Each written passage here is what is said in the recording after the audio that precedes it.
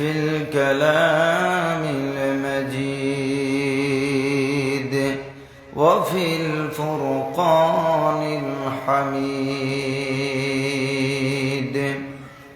أعوذ بالله من الشيطان الرجيم.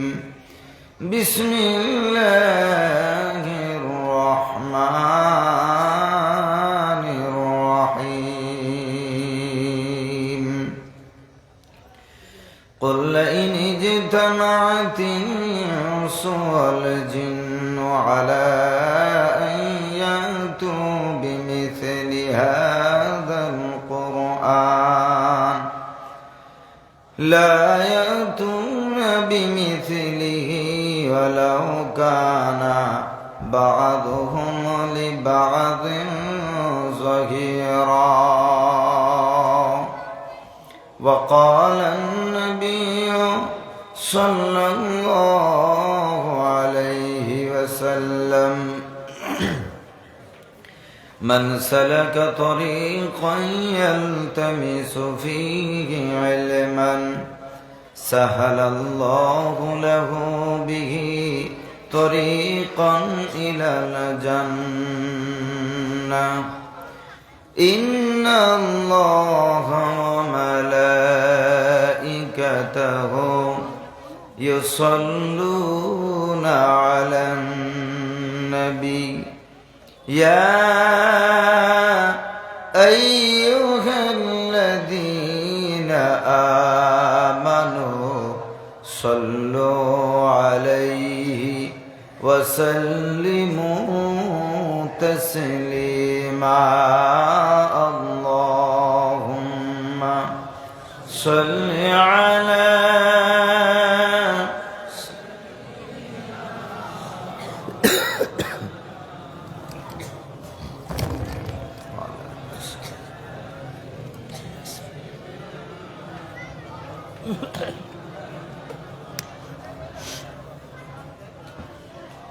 আমি যদি আরব হতাম সোনার মদিনা। আমি যদি আরব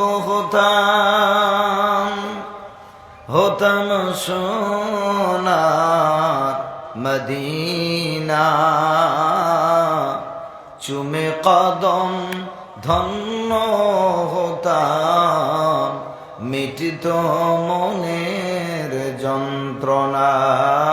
আল্লাহুম্মা সাল্লি আলা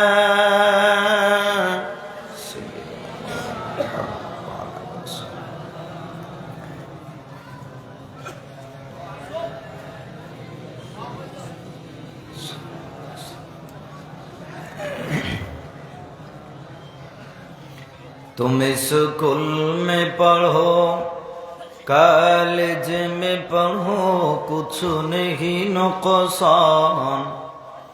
तुम स्कूल में पढ़ो कॉलेज में पढ़ो कुछ नहीं नुकसान। इस्लाम की तमाम हुदूद जब करो फरमान।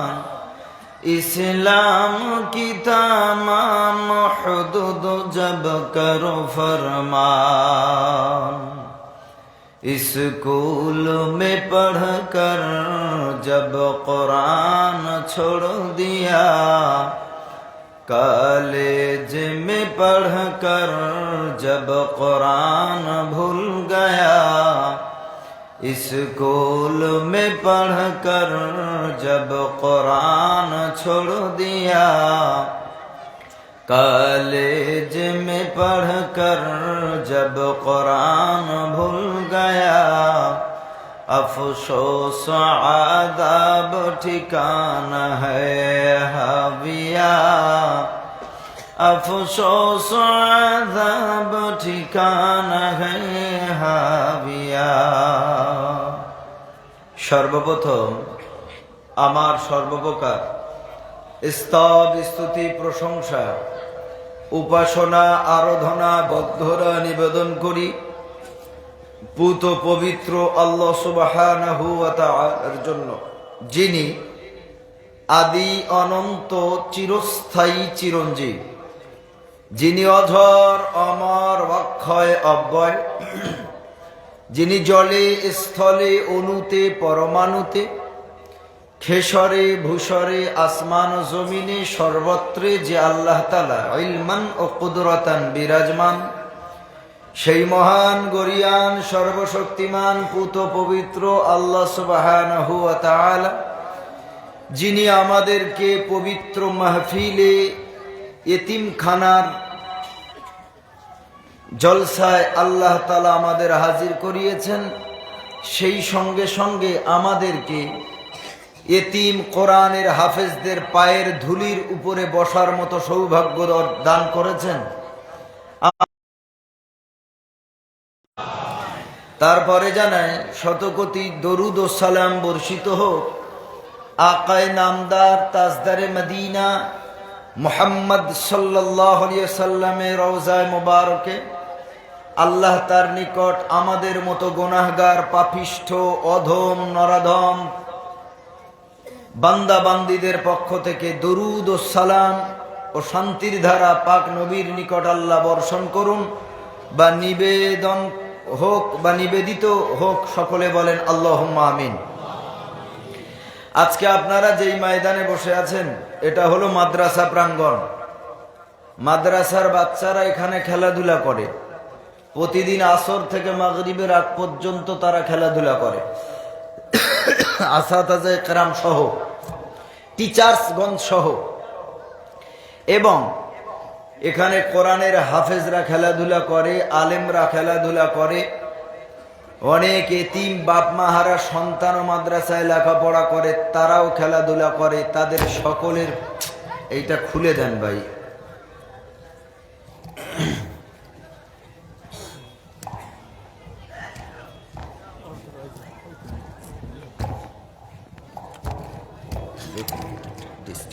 একটু দূরের দিকে দেন, এখানে দিয়ে।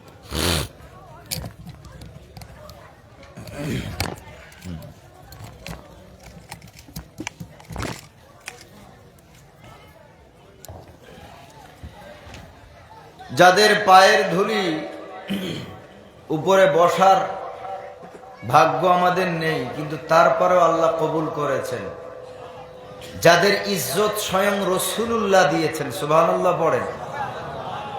যাদের ইজ্জত আল্লাহ দিয়েছেন, তাদের পায়ের ধুলিতে আমরা আমাদের মতো সাধারণ মানুষ বসার সৌভাগ্য অর্জন করেছি, আলহামদুলিল্লাহ। বলে মাদ্রাসায় পড়িয়ে কি হবে? ও তো হয় মসজিদের ইমামতি, না হয় মাদ্রাসার হুজুর। এ দুটোর বাইরে তো আর চাকরি নেই। কি হবে লেখাপড়া করিয়ে? আমি জানি না আজকে দস্তারবন্দি আছে কিনা। আছে কতজনকে? আচ্ছা, দাওরায়ে হাদিসে 4 জন, হাফেজ আরো কয়েকজন আছেন, আলহামদুলিল্লাহ। যারা বুখারী শরীফ কমপ্লিট করেছেন, কমপ্লিট মাওলানা হয়ে গেছেন, তাদের সনদ দেওয়া হবে আজকে। এবং যারা কোরআনের হিফজ মানে সূরা ফাতিহা থেকে, ফাতিহা মানে শুরু, প্রারম্ভ, স্টার্টিং পয়েন্ট, ওখান থেকে সূরা নাস পর্যন্ত যারা 1 বছর 2 বছর 3 বছর 4 বছর ধীরে ধীরে পড়ে পড়ে মুখস্থ করে করে কমপ্লিট করেছেন, এই রকম কিছু সন্তান, মায়ের সন্তানদের মাথায় আজকে সম্মানের পাগড়ি পরানো হবে। এই পাগড়ির জায়গা, পাগড়ির যে মেলা, এটা জান্নাতের খেলা, সুবহানাল্লাহ পড়ে। এইটা আল্লাহ আমাদের দুনিয়াতে দেখার মতো সৌভাগ্য দিয়েছেন, আলহামদুলিল্লাহ। আজকে সেই দৃশ্য দেখবেন আপনারা, ধৈর্য ধরে থাকবেন, ইনশাল্লাহ জান্নাতের দৃশ্য দুনিয়াতে দেখে যাবেন। আর ওই সন্তানদের বাবা যারা আজকে এসেছেন, তারা নয়ন ভরে দেখবে সন্তানের মাথায় পাগড়ি, তাদের কলিজাটা শীতল হয়ে যাবে, ঠান্ডা হয়ে যাবে, আলহামদুলিল্লাহ। একজন কোরআনের হাফেজ, কোরআনের আলেমের বাপমা হয়ে মরা বিশাল সৌভাগ্যের ব্যাপার। আরে যার বাপ মরে গেলে তার ছেলে নিজে জানাজার ইমামতি করবে, সুবহানাল্লাহ পড়েন। যার বাপ মরে গেলে তার সন্তান নিজে তার কাফন গোসল করিয়ে কাফন পরিয়ে দেবে। তোমার ছেলেটা ডাক্তার হয়েছে, মাস্টার ইঞ্জিনিয়ার, তুমি মারা যাবে, তোমার ছেলে আছে লন্ডনে, তোমার ছেলে আছে আমেরিকায়, তোমার ছেলে আছে ওই আপনার কি বলে বড় শহরে হসপিটালে চাকরি করে, প্রাইভেট নার্সিং হোমে চাকরি করে, বিশাল ব্যাপার। জিজ্ঞেস করো জানাজাতে কি কি পড়তে হয় বাবা বলো তো। ও তো জুমার নামাজটাও পড়ে না, জানাজার নামাজ বলবে কি করে? অথচ তুমি বাপ মরে যাবে, তোমার ডাক্তার সন্তান, ইঞ্জিনিয়ার সন্তান, উকিল সন্তান, জাজ সন্তান, ব্যারিস্টার, সাংবাদিক, সাহিত্যিক, তারা তোমার জানাজার নামাজ পড়বে সন্তান হিসেবে। তোমার বাপ, তুমি বাপ হয়ে মরে পড়ে আছো, তোমার ওই সন্তান জানাজার নামাজ পড়বে বটে, কিন্তু কি পড়তে হয় জানে না। ওই জানাজার কোনো মূল্য আছে? জোরে বলেন, ওই জানাজার কোনো মূল্য আছে? আরে যারা দাঁড়িয়ে পেশাব করে, পাক না পাকের জ্ঞান যাদের নাই, তাদের ইসলামে কিঞ্চিত পরিমাণ মূল্য নাই। অথচ মাদ্রাসার একটা 7 বছর ছেলে, কত বছর? 6 থেকে 7 বছরের বাচ্চা, ও দেখবে পেশাব করে পানি না নিয়ে আসে না, ও বাথরুমে যায় একটা লোটা নিয়ে, বদনা নিয়ে, একটা মগ নিয়ে। ওকে ডেকে জিজ্ঞেস করো বাবা তুমি এটা কেন নিয়ে যাচ্ছ? ও বলবে পেশাব করে আমি পানি নেব, আমার হুজুর বলেছে পেশাবের কাতরা হলো নাপাক, পেশাব আমার শরীরে লেগে যাবে, কাপড় অপবিত্র হবে, ওই কাপড়ে আমি নামাজ পড়ব, আমি ওই কাপড় পরে কোরআন পড়ব, আমার হুজুর বলেছেন এটা নাপাক, তাই পানি দ্বারা আমি পরিশুদ্ধ হয়ে আমি পবিত্রতা অর্জন করি। আলহামদুলিল্লাহ পড়েন। আচ্ছা বলেন তো বাবাজি, একটা অ্যাডাল্ট এখন উপযুক্ত হয়নি, 10 বছরের নিচে বয়স, ওই ছেলে যদি নামাজ না পড়ে একটা গোনা হবে? একটু জোরে বলেন। পাক না পাক এগুলো কি ওর উপরে এখন ফরজ? জি, ওর উপরে কি শরিয়াত এখন লাগু হবে? রসুল বলেছেন 10 বছরের নিচে নামাজ যদি ছেড়ে দেয় বোঝাও, আর 10 যখন ক্রস হবে ফাদরিবুহুম, মেরে নামাজ পড়াও। তাহলে 10 পার হলে শরীয়তের হুকুম লাগু হয়, 10-এর আগে লাগু হয় না। অ্যাডাল্ট হতে হবে, সাবালক হতে হবে। তাহলে একটা নাবালক বাচ্চা যার উপরে এখন পাক না পাক নামাজ রোজা কিছুই ফরজ হলো না, সেই বাচ্চাটা পবিত্রতা অর্জন করতে শিখেছে মাদ্রাসার শিক্ষার মাধ্যমে। সুবহানাল্লাহ পড়ে। মাদ্রাসার শিক্ষার মাধ্যমে। এই ঠান্ডাতে ওই বাচ্চাটা যদি পেশাব করে দেয় বিছানাতে, ওই বাচ্চা, আল্লাহর কসম করে বলছি, এই ঠান্ডাতে কনকনে ঠান্ডা পানিতে গিজার নেই, গরম পানির ব্যবস্থা নেই, এই হাড় কাঁপানো ঠান্ডা পানিতে হাতে দিলে সকালবেলা ভোরের বেলা হাত যেন ফ্রিজ হয়ে যায়। এই রকম পানিতে বাচ্চাগুলো ভোরের বেলা উঠে গোসল করে গো, অথচ ওর উপরে শরিয়াত এখনো ফরজ হয়নি। তারপরে ও জানে আমার শরীর নাপাক হয়ে যাবে, আমি নাপাক অবস্থায় নুরানি কায়দা পড়ব, আমি নাপাক অবস্থায় কোরআন পড়ব, আমি নাপাক অবস্থায় আমি মসজিদে যাব, নামাজে দাঁড়াবো। ওইটুকু বাচ্চার এই জ্ঞান যা আছে, তোমার এই ডাক্তার, মাস্টার, ইঞ্জিনিয়ার, উকিল, সাংবাদিক, সাহিত্যিক, ওর ওইটুকু জ্ঞান নাই। ও রাস্তার ধারে যেখানে সুযোগ পায় সেখানে পাইপ বার করেও নাপাক অবস্থায় পেশাব করে, পানিটুকু নেয় না, কুলকটুকু নেয় না, টিস্যু পর্যন্ত নেয় না। নাউযুবিল্লাহি মিন যালিক। ওদের কোনো মূল্য আছে বাবাজি? কোনো মূল্য আছে? আরে এরা মরতে বাকি, মরণ হওয়ার সাথে সাথে আযাব শুরু হবে। রাসূলুল্লাহ সাল্লাল্লাহু আলাইহি ওয়াসাল্লাম রাস্তা দিয়ে যাচ্ছেন, কবরে আযাব বুঝতে পারলেন, আল্লাহ তার এই হিকমত দিয়েছেন বোঝার। রাসূলুল্লাহ সাল্লাল্লাহু আলাইহি ওয়াসাল্লাম কবরের মাটিতে হাত দিয়ে বললেন থামো খবর। সাহাবীগণ জিজ্ঞেস করলেন ইয়া রাসূলুল্লাহ, ইয়া হাবিবাল্লাহ, কি অবস্থা? ঘটনার বিবরণ রাসূল বলছেন, এই ব্যক্তি যে কবরে আছে, আযাব চলছে, পেশাবের কাতরা থেকে, ফোঁটা থেকে বেঁচে থাকতো না বলেই কবরের মাটির দুই দিক থেকে চেপে আসছে, আমি রসুল দেখতে পাচ্ছি, আল্লাহ আমার সেই দেখার ক্ষমতা দিয়েছেন। আমি জানি আমার উম্মত, তাই আমি কবরের মাটিকে বলি থাম থাম, এভাবে আমার উম্মতকে শাস্তি দিস না। পেশাব থেকে যারা বেঁচে থাকবে না, নাপাক অবস্থায় মৃত্যু যদি হয়, কপালে লিখে নাও ইমানদার অবস্থায় মৃত্যু না, ওটা বেঈমান অবস্থায় মৃত্যু হবে। ওই মৃত্যু ভালো হবে না। তুমি যত বড় দুনিয়ার শিক্ষা অর্জন করো, আমি জেনারেল এডুকেশন, জেনারেল শিক্ষার বিরোধী নই। আমি বলি হাফেজ হতে হবে, মাওলানা হতে হবে, ডাক্তার হতে হবে, মাস্টার হতে হবে, জেনারেল এডুকেটেড হতে হবে। না হলে সমাজে আমরা মাথা তুলে দাঁড়াতে পারবো না। মাথা তুলে দাঁড়াতে পারবেন না। আপনি বাইরে যাবেন, ইংরেজিতে আপনাকে দুটো গালাগালি করবে, মাথায় টুপি আর মুখে দাড়ি দেখলে ওদের গাত্রদাহ হয়, গায়ে জ্বলন ধরে। এরা বাইরে থেকে এসেছে, এরা আসল ইন্ডিয়ান নয়, এরা অরিজিনাল ইন্ডিয়ান নয়, এরা সব বিদেশি। আপনাকে ইংরেজিতে যদি গালাগালি করে, আপনি মুচকি হেসে কাটিয়ে দেবেন, কিছুই বুঝবেন না। বর্তমানে প্রতিটা মাদ্রাসাতে বাংলা, ইংলিশ, অঙ্ক এগুলো প্রায় মাদ্রাসায় বর্তমানে এখন ঢুকেছে না ঢোকে নাই? জি, এটা আরব কান্ট্রি না, ইন্ডিয়াতে বসবাস করছি, বাংলা ইংরেজি প্রয়োজন। আরবি শিখতে হবে, পাশাপাশি বাংলা ইংরেজি শিখতে হবে, ডাক্তার হতে হবে। আমার অনেক বন্ধু আছে তারা বর্তমানে ডাক্তার, আমার অনেক বন্ধু আছে তারা বর্তমানে স্কুল মাস্টার, আলহামদুলিল্লাহ। তারা অনেকে আছে হাফেজ, অনেকে আছে আলেম, আলহামদুলিল্লাহ। তুমিও চেষ্টা করো, তোমার সন্তানও পারবে ইনশাআল্লাহ, তোমার সন্তানও পারবে। আমার বোন মাওলানা এই 2 সপ্তাহ আগে স্কুলে চাকরি পেল, হাই স্কুলে। কেন পারবে না? চেষ্টা করো। প্রত্যেকটা শিক্ষার মূল্য আছে, আছে না নাই? প্রতিটা শিক্ষার মূল্য। তবে আরবি শিক্ষার যে মূল্য, এটা দুটো ফায়দা, একটা হলো দুনিয়ার, দ্বিতীয় হলো আখেরাতের। সুবহানাল্লাহ পড়ে। এই 1 নম্বর শিক্ষাটা দুটো ফায়দা আছে, উপকার আছে।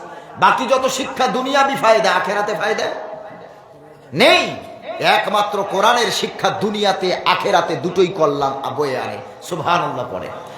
আখেরি পয়গম্বর বলেন, যখন কোন কোরআনের আমেল, কোরআন আমলকারী যখন ইন্তেকাল করে, ইন্তেকালের পরে তাকে যখন কাফন দেওয়া হয়, ওই কাফনের ভিতরে তার কোরআনকে আল্লাহর হুকুমে দিয়ে দেওয়া হয়।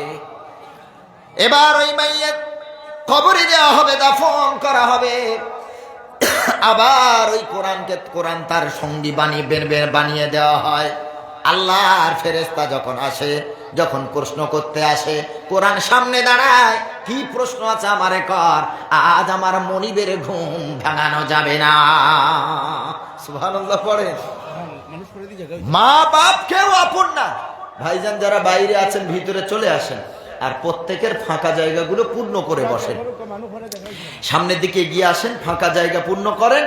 জুতো কেউ নেবে না, যে জুতো চুরি করবে খোদার গজব পড়বে ইনশাল্লাহ। মোবাইল, জুতো যে চুরি করবে আল্লাহর গজব পড়বে, এই জন্য জুতোর চিন্তা করবেন না। যাওয়ার সময় যে যার জুতো ভালো করে 2 চোখ দিয়ে, যদি অন্ধ না হন আলাদা কথা, যাদের চোখ আল্লাহ দিয়েছে ভালো করে দেখে আপনার জুতো কিনা দেখে তবে নিয়ে যাবেন। ভুল হবে কেন? একটু চেপে আসেন, আর বাইরে যারা আছেন ভিতরে চলে আসেন। কোরআন কেমন বন্ধু, কাফনের সাথে থাকে, কবরে চলে যায়। আল্লাহর ফেরেশতা যখন সওয়াল করে, কোরআন সামনে দাঁড়িয়ে যায়। কি প্রশ্ন আছে আমার এখন? কি প্রশ্ন? মান রব্বুক ওমা দীনুক ওমান নবিয়ুক, সব আমারে কর। যা প্রশ্ন আছে আমার কর। আজ আমার মনিব ঘুমায়, আমার মনিবের ঘুম ডিস্টার্ব আমি করতে দেব না। আল্লাহর কোরআন, আল্লাহর ফেরেশতা আল্লাহর কাছে হাজির। আয় আল্লাহ, অমুক এমন বান্দার কাছে, বান্দির কাছে গেলাম, প্রশ্ন করতে দেয় না। কেউ যেন একজন প্রতিবন্ধকতা সৃষ্টি করে, কেউ যেন আড়াল হয়েছে, আমাদের সামনে এসেছে, প্রশ্ন করতে দেয় না, তোমার বান্দা বান্দির কাছে যেতে দেয় না। আল্লাহ বলে ফেরেশতা আবার যাও, আবার দ্বিতীয়বার আবার ফিরে আসে একই ভাবে, আবার আল্লাহর কাছে। আল্লাহ বলে আবার যাও রে বান্দা, এ আমার ফেরেশতা আবার যাও। আল্লাহর ফেরেশতা আবার গিয়ে জিজ্ঞেস করে। তখন কোরআন বলে, আমি কোরআন আমার এই আল্লাহর বান্দা, আমার মরিব রাত জেগে জেগে আমারে তেলাওয়াত করেছে, আমার ভিতরে যা কিছু পড়েছে সেই অনুযায়ী আমাল করেছে। আমার বন্ধু আজ আমার বন্ধুর ঘুম ভাঙাতে আমি কোরআন দেব না। আমার বন্ধুর কাছে যত প্রশ্ন করা আমাকে করো, না হলে ফিরে যাও। আল্লাহর ফেরেশতা আল্লাহর কাছে হাজির। আল্লাহ বলবেন, যাও ফেরেশতা, আমার এই বান্দার প্রশ্ন করার দরকার নাই, ওকে আমার জান্নাতে প্রবেশ করিয়ে দাও। জান্নাতে প্রবেশ করবে কোরআনওয়ালা, এরপর কোরআন টাটা গুড বাই দেবে যে আমার দায়িত্ব খালাস, আমার দায়িত্ব শেষ, আমাকে তুমি ভালোবেসেছো, আমি সেই ভালোবাসার হক আদায় করলাম। সুবহানাল্লাহ পড়েন। পৃথিবীর কোনো শিক্ষা কবরে যাবে না, কোনো শিক্ষা হাসরে আসবে না, একমাত্র কোরআনের শিক্ষা আমাদের বন্ধু হবে। সুবহানাল্লাহ পড়েন।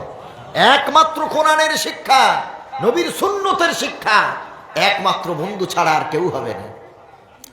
আল্লাহ রাব্বুল আলামিনের রাসূল বলেছেন, মান করাল কুরআন ওয়া আমিলা বিমা ফি উলবিসা ওয়ালিদুহু তাজান ইয়াউমাল কিয়ামাতি যাউহু আহসানু মিন যাউইশ শামসি আও কামা ক্বালা আলাইহিস সালাতু ওয়াস সালাম।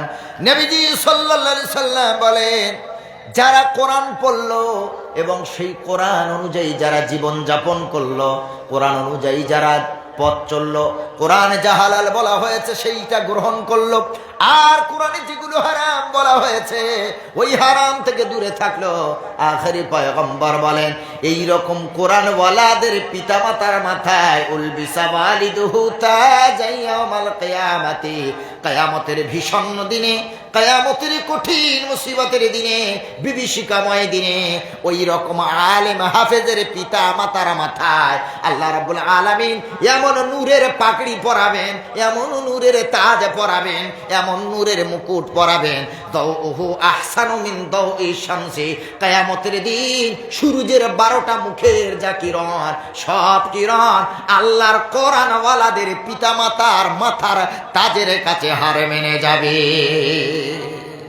সুবহানাল্লাহ। কিয়ামতের মুখে, কিয়ামতের দিন সূর্যের কটা মুখ হবে?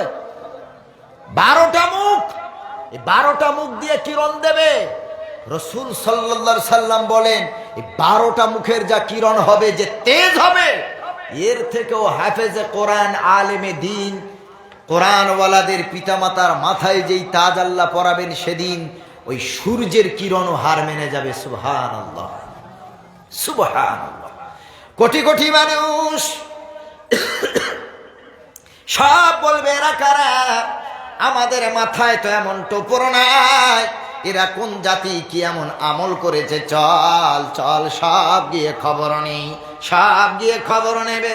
বলবে পৃথিবীতে এমন কোনো ভালো আমল করি নাই, তবে কলিজার সন্তানকে মাদ্রাসায় দিয়েছে, হাফেজ বানিয়েছিলাম, আলেম করেছিলাম, মাসের পর মাস, বছরের পর বছর সন্তানের মুখে মা ডাকটা শুনতে পাইনি, আব্বু ডাকটা শুনতে পাইনি।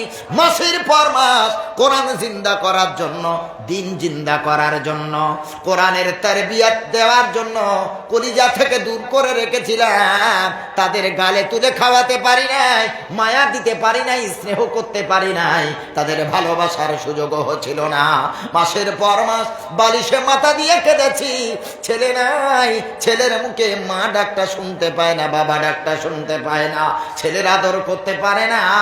আমরা কষ্ট করে মাদ্রাসায় দিয়েছি, হাফেজ আলেম বানিয়েছি সন্তানকে, ওই সন্তানের বিনিময় আল্লাহ তাআলা আমাদের সম্মানের পাগড়ি দান করেছে। কিয়ামতের দিন কোটি কোটি মানুষের সামনে আপনাকে সম্মানিত করা হবে, লক্ষ কোটি কোটি মানুষের সামনে আপনি হবেন ভিন্ন এক জাতি। সুবহানাল্লাহ, সুবহানাল্লাহ। সবাই সেদিন চিনতে পারবে, সবাই আফসোস করবে, দুনিয়াতে যদি আমরা একটা কোরআনের হাফেজ সন্তান রেখে আসতে পারতাম, যদি একটা সন্তানকে, একটা নাতি নাতনিকে অন্তত যদি মাদ্রাসায় ভর্তি করতে পারতাম। ভাইরা আমার, আজ মাদ্রাসার সুশিক্ষা সারা দুনিয়া আমাদেরকে টার্গেট বানিয়েছে। মাদ্রাসা বন্ধ করে দাও, কোরআনের শিক্ষা বন্ধ করে দাও। যদি মুসলমানের ঈমান হরণ করতে চাও তো মুসলমানের কোরআনটাকে যদি তাদের থেকে ছিনিয়ে নিতে পারো, মুসলমানের শক্তি ক্ষমতার মেরুদণ্ড সব ভেঙে তছনছ করা সম্ভব। ওরে মুসলমান, এই কোরআন দুনিয়া থেকে শেষ করে দেওয়ার জন্য ইংরেজরা কম চেষ্টা করেনি, বহু বছর তারা চেষ্টা করলো। একটা সময় বলল ভারতের বুকে, তখন তো আপনার নেপাল, ভুটান, চীন, বাংলাদেশ, পাকিস্তান সব মিলে ইন্ডিয়া। ওরে মুসলমান বলল গোটা ইন্ডিয়া হতে কোরআন যত আছে সব পুড়িয়ে দাও, যত মাদ্রাসা আছে মাদ্রাসা থেকে কোরআনগুলো বার করে নাও, যত মসজিদে কোরআন আছে কাগজের কোরআনগুলো সব বার করে নাও। ভারত সংগ্রামে মুসলিমদের অবদান বইয়ে বাংলা একটা বই, ভারত সংগ্রামে মুসলিমদের অবদান, এই বইটা পড়ে দেখবেন, কোন লাইব্রেরিতে অর্ডার দিয়ে কিনবেন, বইটা পড়ে দেখবেন, অবাক হয়ে যাবেন। কোরআনটাকে ভারতের বুক থেকে নিশ্চিহ্ন করার জন্য কত তারা টার্গেট করেছিল, প্রচেষ্টা করেছে। যত মাদ্রাসাগুলো ছিল সব কাগজের কোরআন বার করা হলো, যত মসজিদগুলো ছিল সব কাগজের কোরআনগুলো বার করা হলো, যত মক্তবগুলো ছিল সব কাগজের কোরআনগুলো বার করা হলো, যত দরগা, যত খানকা, যত যা ছিল সব জায়গা থেকে কাগজের কোরআন টেনে টেনে বার করে কতগুলো, কত কোটি কোটি কোরআনকে পায়খানার চেম্বারের টালা তুলে পায়খানার ভেতরে ফেলে দেওয়া হলো। কত কোরআনের কাগজকে, কোরআনগুলোকে, কপিগুলোকে নদীতে ভাসিয়ে দেওয়া হলো, কতগুলোকে পুড়িয়ে দেওয়া হলো। একটা ইতিহাস পড়ে সব থেকে কষ্ট লেগেছিল, এই ইংরেজ শয়তানেরা একটা সময় কোরআনের পৃষ্ঠাকে তারা ছিঁড়ে মাটিতে ছড়িয়ে দিয়েছে। আর নর্তকী মহিলা, যেই মহিলাগুলো সারাটা জীবন তারা পতিতালয়ে জীবন কাটায়, যাদের শরীরের চামড়া বিক্রি করে সংসার চলে, এই রকম নোংরা জাতির মেয়েগুলোকে উলঙ্গ অবস্থায় মদ পান করানো হলো, আর উলঙ্গ অবস্থায় মদের বোতল তাদের হাতে ধরিয়ে দেওয়া হলো। কোরআনের পৃষ্ঠাগুলো রুমে ছড়িয়ে দিয়ে কোরআনের আল্লাহর কালামের পৃষ্ঠার উপরে তাদেরকে ডান্স করানো হলো। ইংরেজেরা বলল শুধু ডান্স করলে হবে না, এই মুসলমানদের এই কোরআনের উপরে পেশাব করতে হবে। ইতিহাস পড়েছি, অবাক হয়ে গেছি, ওই রকম নারীদের হাতে মদ তুলে দিয়েছে, তারা মদ পান করেছে আর আল্লাহর কালামের পৃষ্ঠার উপরে ডান্স করেছে আর তারা পেশাব করেছে। বলে নাউজুবিল্লাহ। ওরে মুসলমান, ভারতবর্ষ হতে কোরআন মিটিয়ে দেওয়ার জন্য তারা এমন প্রকৌশল করলো, এমন ভাবে তারা চেষ্টা করলো, তারপরেও কি কোরআন মিটে গেছে? জোরে বলেন, কোরআন কি মেটাতে পেরেছে? এরপরে দুইজন সন্তানের বাবা উঠলো, দুই ভাইয়ের নাম, একজনের নাম আহমদুল্লাহ, একজনের নাম আশফাকুল্লাহ। দুইজনের বাপ ইংরেজের চোখে আঙুল দিয়ে, শাসকের চোখে আঙুল দিয়ে দেখালো, ইংরেজ শাসক সারা ভারতবর্ষে যতগুলো কোরআনের কপি আছে, যতগুলো কাগজের কোরআন আছে, যদি সবগুলোকে তোমরা মিটিয়ে দাও, আমি আশফাকুল্লাহ আহমদুল্লাহর বাপ দীপ্ত কণ্ঠে ঘোষণা করছি, একটা দিন সময় যাবে না, আমাদের আল্লাহর 30 পারা কোরআন আবার তৈরি হয়ে যাবে। ইংরেজ শাসক শুনে অবাক, সারা ভারতবর্ষ হতে সব কোরআনকে মিটিয়ে দিচ্ছি, তারপরেও কোরআন একদিন সময় হবে না, যাবে না, আবার তৈরি হবে মানে? বলল শোনো ইংরেজ শাসক, আমি দুই সন্তানের বাবা, বড় সন্তানের নাম হলো আহমদুল্লাহ আর ছোট সন্তানের নাম হলো আশফাকুল্লাহ। দুইজনকে আমি কোরআনের হাফেজ বানিয়েছি। কাগজের কোরআন দরকার নাই, কাঠগড়াতে দাঁড় করানো হলো, আহমদুল্লাহকে দাঁড় করানো হলো, বড় ছেলেটাকে। আহমদুল্লাহর বাপ বলল, বাবারে সোনার চাঁদ, তুমি সূরা ফাতিহা থেকে 15 পারা পর্যন্ত তুমি পড়তে শুরু করো। সামনে কোনো কাগজের কোরআন নাই, লক্ষ লক্ষ হাফেজেরা সব তারা হাজির হয়ে গেছে, সবাই শুনতেছে, সব বৈঠক করা হাফেজ, সবাই এক জায়গায় বসে 4, 5, 6, 8 ঘন্টার ভিতরে সামনে কোরআন ছাড়াই একসাথে শুনিয়ে দিয়েছে এমন হাফেজ। এই রকম হাফেজরা হাজার হাজার সামনে।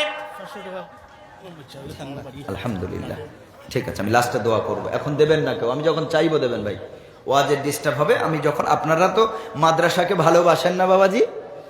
এই মাদ্রাসা কি সরকার টাকা দেয় নাকি? ওস্তাদদের মাইনে কি সরকার টাকা দেয়?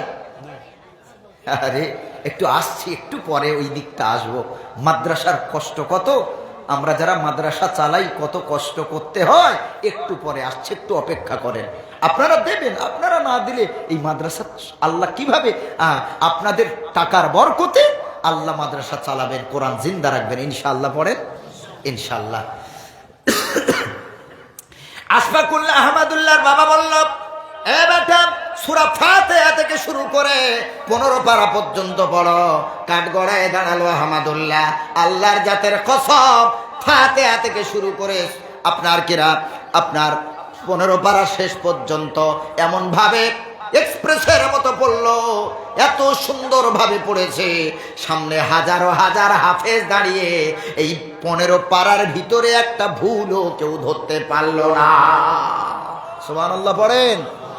মুতাশাবিহাত লাগে নাই, মানে কোরআনের একটা আয়াত সেম টু সেম ওই আয়াত আবার অন্য পারাতে আছে, আছে না নাই?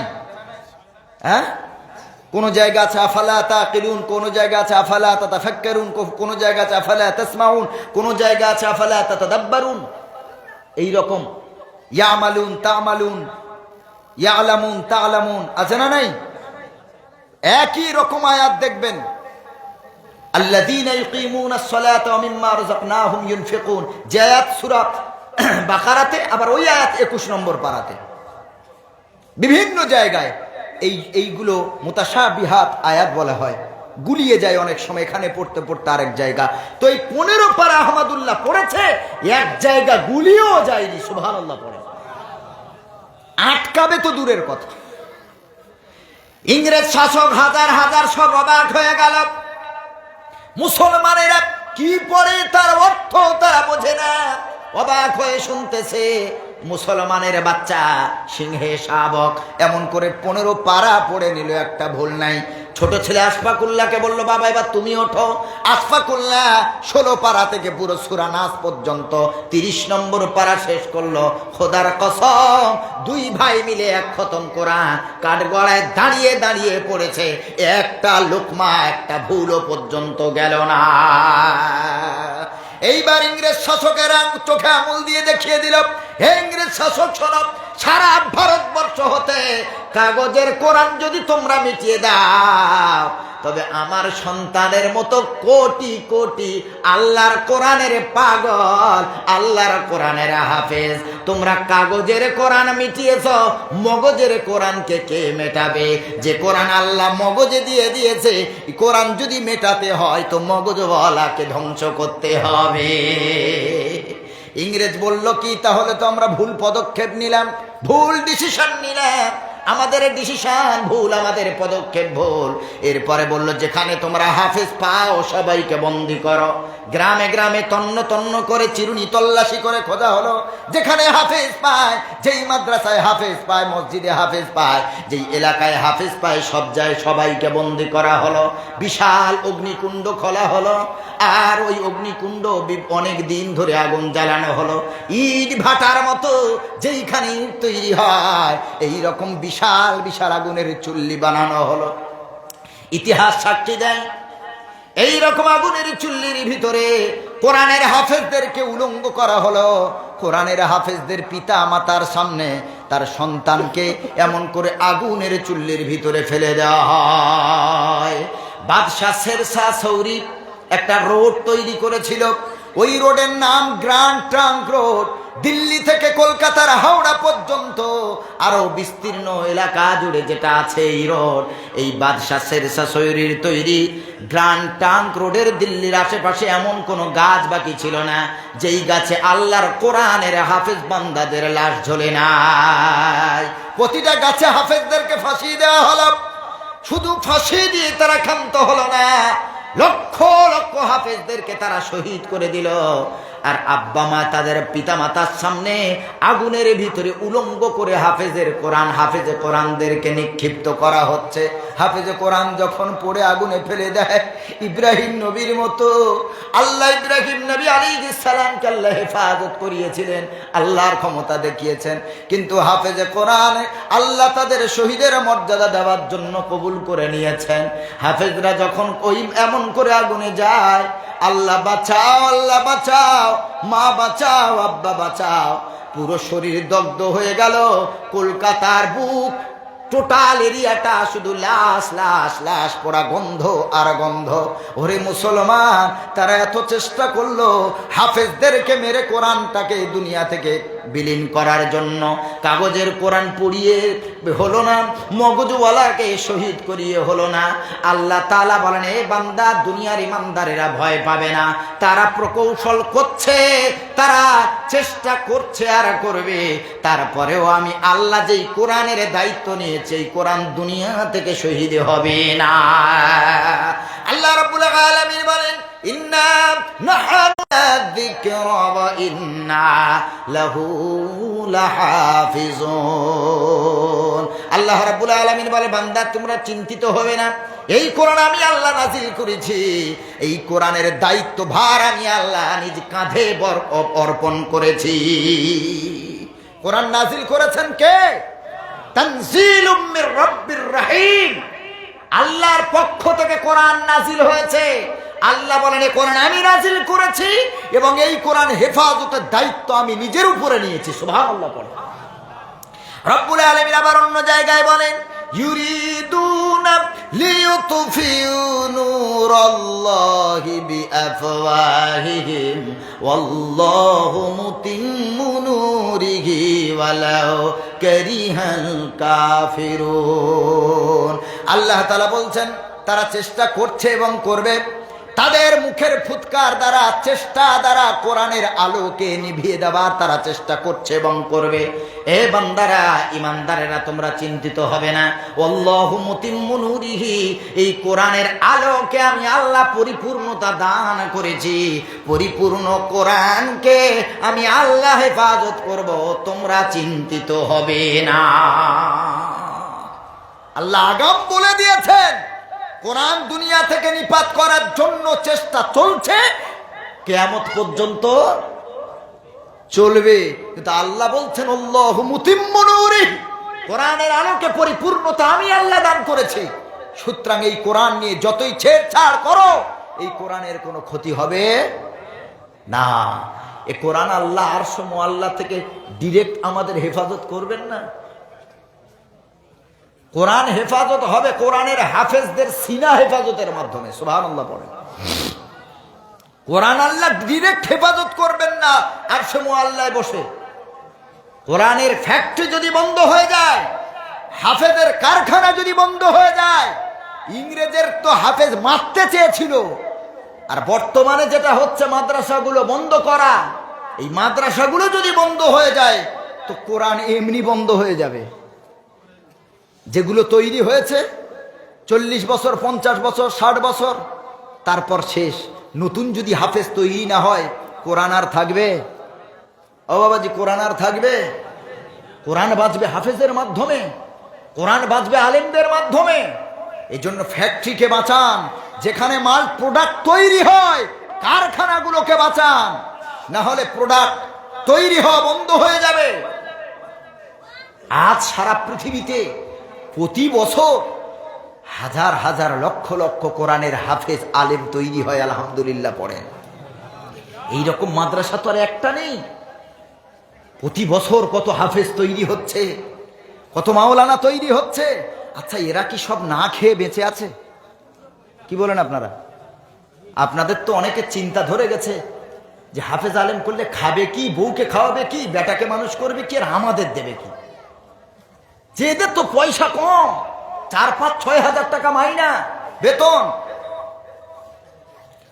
আচ্ছা বলেন, আপনার এই গ্রাম ঘুরে আমি 100-র ভিতরে 50টা ঘর এমন দেখাবো যেই সন্তান তার বাপ মাকে ভাত দেয় না, খেতেও দেয় না। আপনার এই গ্রামে যদি 10 জন, 15 জন, 20 জন আলেম থাকে, হাফেজ থাকে, আপনি একজনকে দেখান যেই হাফেজ, যেই আলেম তার বাপ মাকে খেতে দেয় না।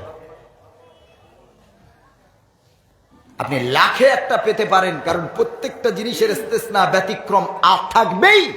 আমি বলবো না নেই, তবে আপনার গ্রামে ঘুরে আমি 50-এরও অধিক দেখাবো যারা পিতা মাতাকে খেতে দেয় না, কষ্ট দেয়, ডাক্তারি খরচও দেয় না। একটা কোরআনের হাফেজ আলেম দেখান যার পিতা মাতাকে খেতে দেয় না। মাইনে তো কম, বেতন কম। আলহামদুলিল্লাহ, যারা কোরআনে পিতা মাতার মর্যাদার ব্যাপারে পড়াশোনা করেছে, যে আল্লাহর পরে পিতা মাতার স্থান, সুবহানাল্লাহ পড়েন, সেই কোরআনের হাফেজ আলেমরা কখনো পিতা মাতাকে দুচ্ছাই করতে পারে না, কষ্ট দিতে পারে না। হয়তো অল্প পয়সা, কিন্তু বরকত দিয়েছে কে? জোরে বলেন। হারামেও বাড়ে, হালালেও বাড়ে। হারামে বাড়ে না? বাড়ে না? হ্যাঁ, আরে হারামে বাড়ে না? বাড়ে না? 2 বছর আগে হারামে বাড়ে না? দেখেন বাড়ে কিনা আমি বলছি। 2 বছর আগে একজন সাধারণ মানুষ ছিল, ভোটে জিতে গেল, শিক্ষা নাই, দীক্ষা নাই, কিছুই নাই, যে তারপর মেম্বার হলো, বহু একটা জায়গা পেল। হঠাৎ করে 3 মাস গেল না, অ্যাসবেস্টরের ঘর ভেঙে 2 তলা বিল্ডিং, 10 ফুট রাস্তা 5 ফুট দেয়, আর 5 ফুট খেয়ে নেয়। 3 বছরের ভিতরে কত ফার্স্ট প্লটে জমি জায়গা হলো, কত শপিং মল বানালো, কত রকম হোটেল বানালো, কত ধাবা বানালো, কত টাকা তার হলো। দামি দামি গাড়ি ছাড়া চড়ে না।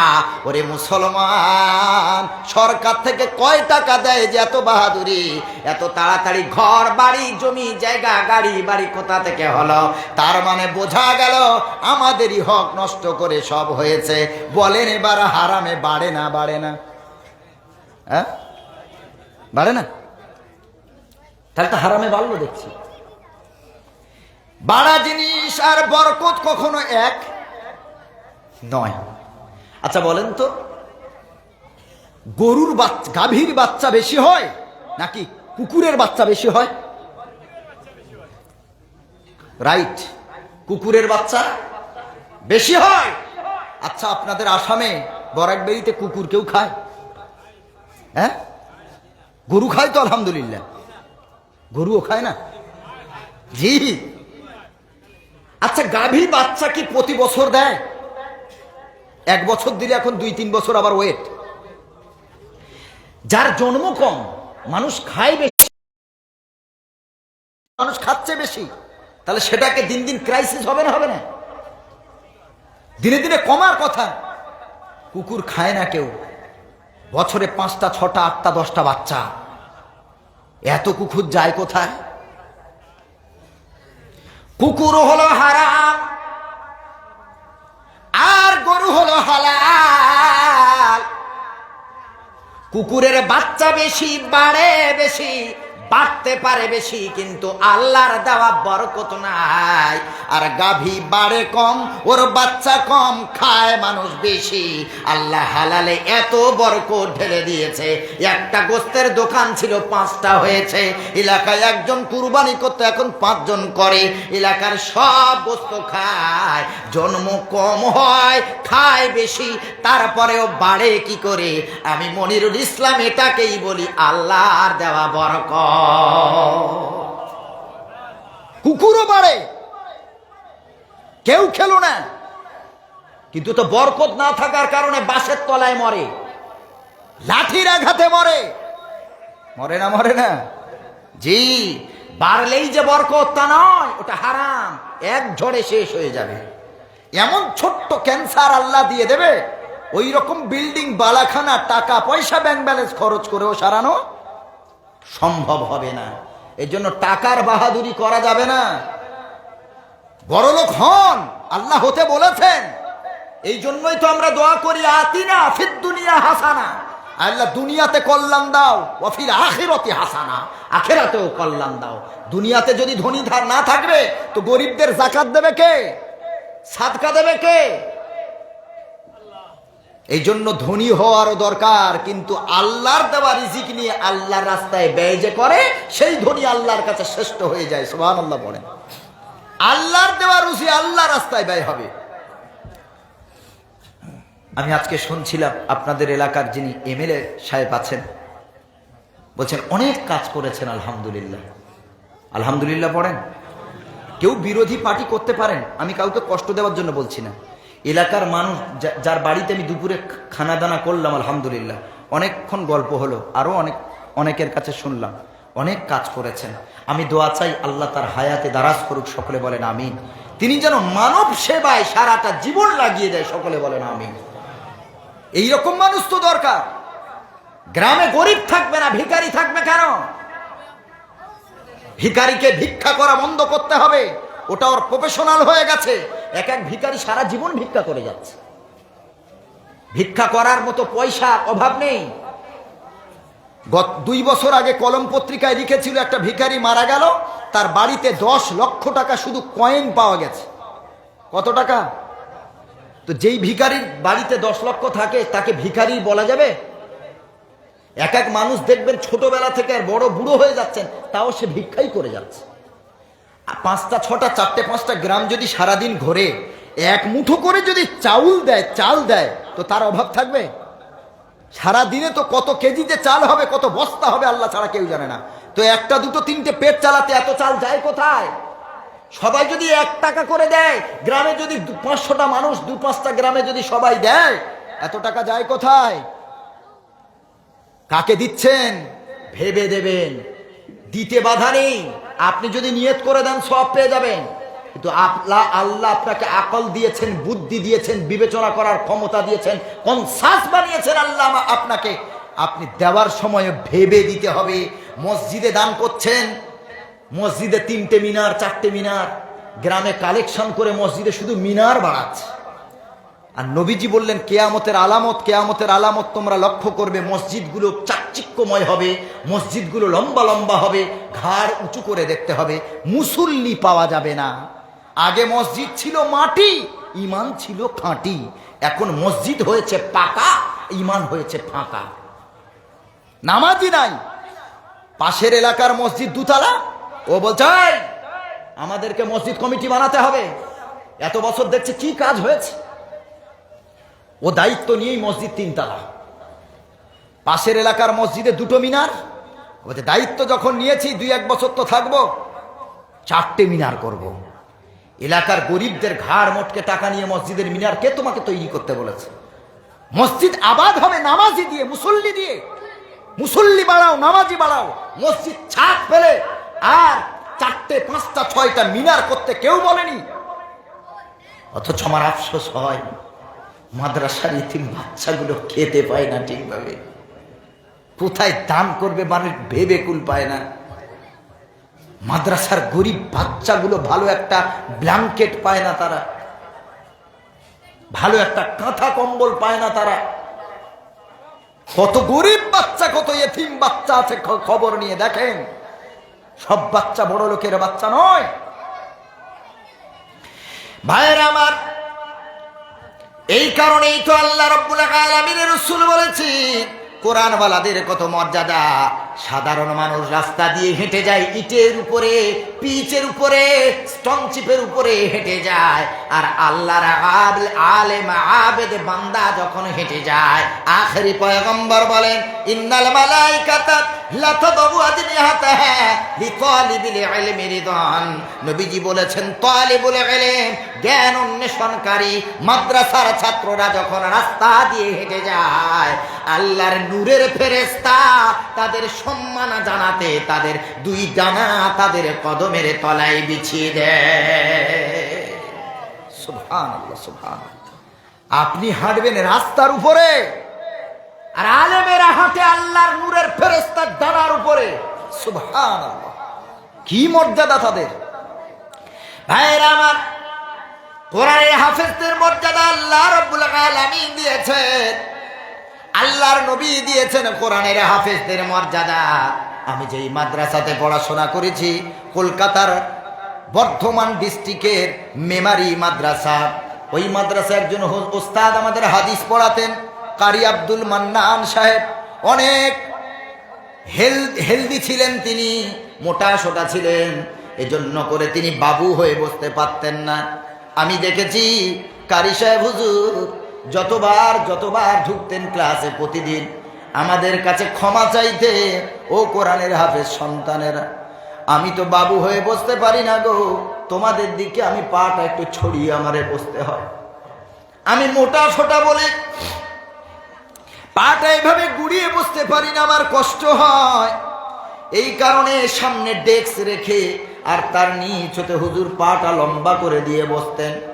প্রতিদিন ক্লাসে ঢুকে বলতেন, যারা কোরআনের হাফেজ আছো আমারে ক্ষমা করে দাও, আমি তোমাদের ওস্তাদ পিতার মতো বাবার মতো হলেও তোমরা কোরআনের হাফেজ যারা, তোমাদের দিকে পাটা বিছিয়ে বসাটাও আমার আদবের খেলাফ হয়, শানের খেলাফ হয়।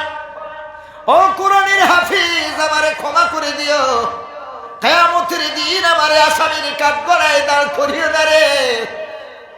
আমরা প্রতিদিন শুনতাম, আল্লাহর কাছে ক্ষমা চাইতাম, ঝরঝর করে কেঁদে ফেলতাম। এমন ওস্তাদ আমরা পেয়েছিলাম, কোরআনের হাফেজ, আমরা ছাত্র, তিনি আমাদের টিচার। আমাদের দিকে পাটা লম্বা করে বসতেও তিনি লজ্জাবোধ করেন আমাদের সম্মানের জন্য। আমি দেখেছি কোরআনের হাফেজরা যখন পড়া পারত না, যদি কোনো হাদিসের এবারত ভুল বলতো, যদি কোনো হাদিসের অর্থ ভুল হতো, তাকে যদি শাস্তি দেওয়ার হতো, আল্লাহর কসম, নবীওয়ালা মেম্বারে বসে আমি আল্লাহর কসম করে বলছি, আমি কখনোই দেখি নাই তিনি নিজ হাতে কোনো ছাত্রকে মেরেছে, কষ্ট দিয়েছে। কোরআনের হাফেজদের বিশেষ করে যদি কাউকে শাস্তি দেওয়ার হতো, আগে জিজ্ঞাসা করতেন তুমি কোরআনের হাফেজ কিনা। যদি কোরআনের হাফেজ হতো, আর একজন হাফেজকে দিয়ে তার কান ধরাতো, তাকে উঠবোস করাতো, তার কান ধরাতো। নিজের হাত দিয়ে কখনো কোনো কোরআনের হাফেজের কান ধরে তিনি এমন কষ্ট দেয় নাই। ওরে মুসলমান বাবাজি, এই যদি একজন উস্তাদ, একজন টিচারের আদর্শ হয়, নিশ্চয়ই টিচার যদি ভালো হয় তার ছাত্র আদর্শবান হবে। আমি দেখেছি আমার ওই ওস্তাদ, আল্লাহ জান্নাতুল ফেরদাউস নসিব করুক, তিনি প্রতিদিন আমাদেরকে বলতেন, বাবারে যারা কোরআনের হাফেজ আছো আমারে ক্ষমা করে দিও, তোমাদের দিকে আমি পাটা লম্বা করে বিছিয়ে একটুখানি বসতেছি। ও ভাইয়েরা আমার, কোরআনের হাফেজদের সম্মান আল্লাহ দিয়েছেন। কেন সম্মান দিয়েছেন? এত কষ্ট এদের জীবনে, এত কষ্ট। কোরআনে আজকে যারা হাফেজ হয়েছে, মাদ্রাসায় যারা পড়ে, এদের কাছে মা নাই, এদের কাছে বাবা নাই, এরা সব কিছু ছেড়ে মাদ্রাসায় চলে এসেছে। ঠিক টাইমে এরা যদি খানা না পায়, যদি ঘুমিয়ে যায়, মাদ্রাসাতে অন্য টাইমে আর খানা দেওয়া হবে না। সারাদিন বাচ্চা না খেয়ে থাকবে, সারাদিন অনাহারে থাকবে। টাইমে যদি কোনো বাচ্চা অ্যাবসেন্ট করে, ওই সন্তানকে আর দ্বিতীয়বার খানা দেওয়া হবে না। রুলসে চলা হয়, সিস্টেম ওয়াইজ মাদ্রাসা চলে। ওরে মুসলমান বাবাজি, কত ইয়েতিম, কত দুস্থ দরিদ্র, কত গরিব বাচ্চা মাদ্রাসায় লেখাপড়া করে। এই শীতের রাতে, গরমের রাতে কত মশা কামড়ায়, কত বাচ্চা ঘুমিয়ে যায়, মশারিটুকু খাটাতে পারে না। ঘুম পেয়েছে, কোনো কিনারায় ঘুমিয়ে গিয়েছে, ওর কাছে ওর মা নাই, ওর বাবা নাই যে ওকে একটা মশারি খাটিয়ে দেবে। না খেয়ে যদি বাচ্চা ঘুমিয়ে যায়, ওর মা এসে ওকে ডেকে খাওয়াবে না। এলাকার কোনো মানুষ এসে বলবে না, কাজ থেকে ফেরার সময় কেউ খবরও নেয় না, চলো মাদ্রাসায় একটু ঘুরে যাই, কোন বাচ্চাটা খানা খেয়েছে, কে খেলো না, কে মশারি খাটালো, কে খাটালো না, কে বিছানা করলো, কে করলো না, কেউ একজন খবর নেওয়ার না। অথচ আখেরি পয়গম্বর বলেন, যারা ইতিমকে ভালোবাসবে, আনা ওয়া কাফিলুল ইয়াতামা কাল কাহাতাইনি ফিল জান্নাহ। আখেরি পয়গম্বর বলেন, দুনিয়ার বুকে যে ইতিমদের দায়িত্ব নেবে, আর ওই ইতিমের যে দায়িত্ব নেবে, ইতিমকে যে ভালোবাসবে, ওই ব্যক্তি আমি রাসূল জান্নাতে দুই আঙুল যেমন পাশাপাশি, আমি আর ওই ব্যক্তি পাশাপাশি থাকব। ওরে মুসলমান বাবাজি, কেন মাদ্রাসার বাচ্চাদের এত ইজ্জত, কেন এদের এত সম্মান? কত মানুষ তার সন্তানকে মাদ্রাসায় দিয়েছে। পয়সাওয়ালা অনেক মানুষ আছে, তারা ভালো স্কুলে পড়াতে পারতেন, তারা কোনো বেসরকারি স্কুলে পড়াতে পারতেন, প্রাইভেট স্কুলে পড়াতে পারতেন, মিশনে দিতে পারতেন, কিন্তু মাদ্রাসাতে দিয়েছে কেন? আমাদের কথা বলি, আমার আব্বা ডাক্তার, এরপরে আমার ফ্যামিলিতে আল্লাহ যথেষ্ট দিয়েছেন, আলহামদুলিল্লাহ। শুরু থেকেই আল্লাহ পয়সা দিয়েছেন, তারপরেও কেন আমার বাপ আমাকে মাদ্রাসায় দিল, কেন আমার ছোট ভাইকে আলেম বানালো, কেন? আপনার কাছে জানতে চাই, যার অভাব নাই কেন আমাদেরকে আলেম বানিয়েছে? একটাই কারণ, কোরআন জিন্দা থাকবে, দুনিয়াতে কল্যাণ, আখেরাতে কল্যাণ। ওরে মুসলমান বাবাজি, আজ যদি আপনি মারা যান, আপনার বিবি যদি মারা যায়, আর আপনি যদি দুনিয়াতে একটা কোরআনের হাফেজ সন্তান রেখে যান, আপনার ডাক্তার, মাস্টার, ইঞ্জিনিয়ার সন্তান জানাজা পড়তে পারবে না, কি পড়তে হয় সেটাও জানে না, অথচ মাসে 200, 400, 500 টাকা দিয়ে যারা হাফেজ বানালেন, ওই সন্তানটা মাদ্রাসায় খবর পাবে, মাদ্রাসায় হুজুরের কাছে ফোন চলে গেছে, হুজুর আমার সন্তান কোথায়, ইমিডিয়েটলি আমার সন্তানকে বাড়ি পাঠান, আমার বাচ্চাটাকে বাড়ি পাঠান। হুজুর বলল কি হয়েছে? বলল ওর জনম দুঃখিনী আম্মা জান মারা গেছে, ইন্তেকাল করেছে হঠাৎ করে। হুজুর ওকে কিছু বলার দরকার নাই, শুধু ছুটি দিয়ে দেন, বাড়িতে একটু পাঠিয়ে দেন। হুজুর ফোন ধরে বাচ্চাটাকে ডেকেছে, ছেলেটাকে ডেকে কিছুই বলে না, তুমি বাবা বাড়ি যাও। ছেলেটা বলল হুজুর কেন? বলল বাড়ি যাও, তোমার বাবা ফোন দিয়েছে, তোমার কাকা ফোন দিয়েছে, বাড়ি যাও, তোমার হয়তো কিছু আছে বাড়িতে, তাই বাড়ি যেতে হবে। ছেলেটা সাজুগুজু করে কাঁধে একটা ব্যাগ নিয়ে চলে গেছে বাড়ির দিকে রওনা। বাড়িতে ঢোকার আগে দেখতেছে বাড়ির চতুর্দিকে ভিড় আর ভিড়, মানুষের কান্নার আওয়াজ, ভিতর থেকে ভাইয়ের কান্নার আওয়াজ, বোনের কান্নার আওয়াজ, বাবার কান্নার আওয়াজ, দাদি দাদুর কান্নার আওয়াজ। ছেলেটা বুঝতে পারে না কি হয়েছে, ভিতরে গিয়ে ঢুকে দেখে সবাই মুখে কাপড় দিয়ে কান্না করে, কাঁধে একটা ব্যাগ, আনন্দ চেহারা নিয়ে বাড়ির দিকে। বহুদিন পরে বাড়িতে যাবে, মায়ের হাতে দুমুঠো খানা খাবে, মায়ের কাছে একটু আদর পাবে, মায়ের কোলের ধারে একটু বসবে, মায়ের আঁচলের তলায় একটুখানি আশ্রয় নেবে। মাদ্রাসায় কষ্টময় জীবন, মায়ের কাছে গিয়েই কষ্ট একটু দূর করবে। বাড়ির ভিতরে যখন যায় সবাই লাইন ছেড়ে দেয়, আয় আয় বাবা আয়, সবাই কান্না করে।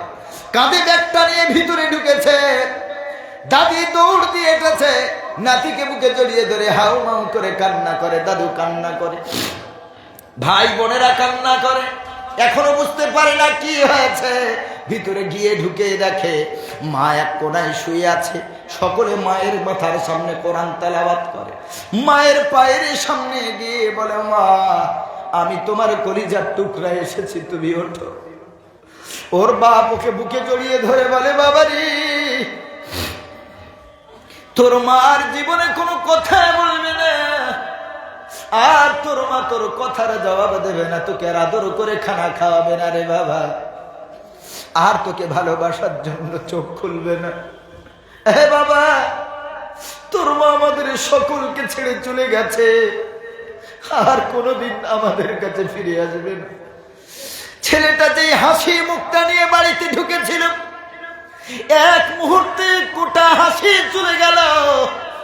কাদের ব্যাগ ছুঁড়ে ফেলে দিয়ে মরা মায়ের বুকের উপরে আছাড় খেয়ে পড়ে মা মা মা মা করে চিৎকার দিয়ে কাঁদে, মা গো তুমি ওঠো মা, কি আর আমাকে আব্বু বলে ডাকবি? আমি যখন মাদ্রাসা থেকে বাড়ি আসতাম, মা গো তুমি রাস্তার দিকে তাকিয়ে থাকতে, কখন আমি বাড়ি ফিরবো। আমি যখন বাড়ি আসতাম, মা গো আমার নিজের হাতে তুমি খানা খেতে দিতে না, তোমার কোলের পাশে বসিয়ে তুমি আমাকে খানা খাইয়ে দিতে। ও মা, আর আমার কে রাস্তার দিকে তাকিয়ে থাকবে, কে খানা খাওয়াবে গো মা? কে আমাকে রাস্তায় ছেড়ে আসবে? মাদ্রাসায় যাওয়ার সময় আমি মাদ্রাসায় চলে যেতাম, যতক্ষণ গাড়ি দেখা যেত ততক্ষণ তুমি দাঁড়িয়ে থাকতে। আমি দেখেছি তোমার নয়ন ঝরে জল ঝরত, আমি বুঝতে পারতাম আমি চলে যাচ্ছি, তাই তোমার কষ্ট হয়। মা গো, আর আমার জন্য কে কাঁদবে মা? আর কে রাস্তার দিকে তাকিয়ে থাকবে? মাদ্রাসায় যাওয়ার সময় কে আমাকে তেল মাখিয়ে দেবে, জামাটা পরিয়ে দেবে? কে আমাকে আদর করে কপালে গালে চুমা দিয়ে বুঝিয়ে মাদ্রাসায় পাঠাবে? মা, গোসল করানো হয়ে গেল, কাফন পরানো হয়ে গেল, জানাজার মাইয়েত সামনে, মসজিদের হুজুর বক্তব্য দেওয়ার পর মাদ্রাসার ওই ছেলেটারে ডাকছে, আয় বাবা আয়, আমি তোর এলাকার মসজিদের ইমাম, আমি কত হাজার মানুষের জানাজার ইমামতি করিয়েছি রে বাবা, আয় বাবা আয়, আজ তোর নিজের মায়ের জানাজার ইমাম তুই হবি রে, আয় আয়, তোর মায়ের জানাজাটা তুই পড়াবি, তোর মা তোর মতো সন্তান দুনিয়াতে রেখে ধন্য মা হয়ে কবরে চলে যাবে, হে বাবা আয়, তুই জানাজাটা পড়াবি। জানাজার জায়গায় ছেলেটা দাঁড়িয়ে গেছে, সব মুক্তাদিরা পিছনে নিয়ত করছে আল্লাহ, 4 তাকবীরের সাথে ফরজে কিফায়ার নামাজ, এই মাইয়েতের উদ্দেশ্যে কাবা শরীফের দিকে মুখ করে এই ইমামের পিছনে নিয়ত করছে আল্লাহু আকবার। কোরআনের হাফেজ ছেলেটা মৃত মা, মৃত বাবার লাশটা সামনে রেখে কথা বলার মতো তার ক্ষমতা নাই, আল্লাহর কাছে বলতেছে, আল্লাহ আমি জীবনে প্রথম জানাজার নামাজ পড়াচ্ছি গো আল্লাহ, আমার জনম দুঃখিনী মা, আমার আব্বার জানাজাটা আমি পড়াচ্ছি, ও আল্লাহ আমার জানাজা কবুল করে না। কথা বলার মতো কোনো ক্ষমতা নাই, বাচ্চা নিজে ইমামতি করলো, নিজের পিতা মাতার জানাজার ইমাম বাচ্চা হলো, খাটিয়াটা ধরে কবরে নিয়ে গেল, কে কবরে নামবে? সকলে বলল কোরআনের হাফেজ বাবা তুমি নামো। ছেলেটা কবরে নেমেছে, আর হাত দুটো উপরের দিকে বলে, দাও দাও দাও দাও, আমার জনম দুঃখিনীর লাশ, মৃতদেহ, আমার বাবার মৃতদেহ আমার কোলে দাও। আমি বাবা মার কত কোল চড়েছি ছোটবেলায়, জীবনে বাবা মাকে কোলে নেওয়ার মতো সুযোগ আল্লাহ আমার করে দেয় নাই, আজকে আমার পিতাকে আমার মাকে আমার কোলে দাও, আমি কোলে তুলে কবরে শুইয়ে দেব। সবাই হাফেজে কোরআনের হাতে তুলে দিল, মরা মায়ের লাশ, মরা বাবার লাশ কবরে শুইয়ে কপালে একটা চুবা দেয়, উঠে এসে সকলে কবর জিয়ারত করে, সকলে দাফন করে সব চলে যায়। কোরআনের হাফেজ ছেলেটা মা বাবার কবর ছেড়ে যায় না, আল্লাহর কাছে হাউমাউ করে কাঁদে, আল্লাহ আমার মাকে তুমি ক্ষমা করে দাও, আল্লাহ আমার মাকে তুমি ক্ষমা করে দাও। ও আসামের মুসলমান, আজ যারা আপনারা আপনাদের সন্তানকে কোরআনের হাফেজ বানিয়েছেন, আলেম বানিয়েছেন, আপনারা তো ধন্য।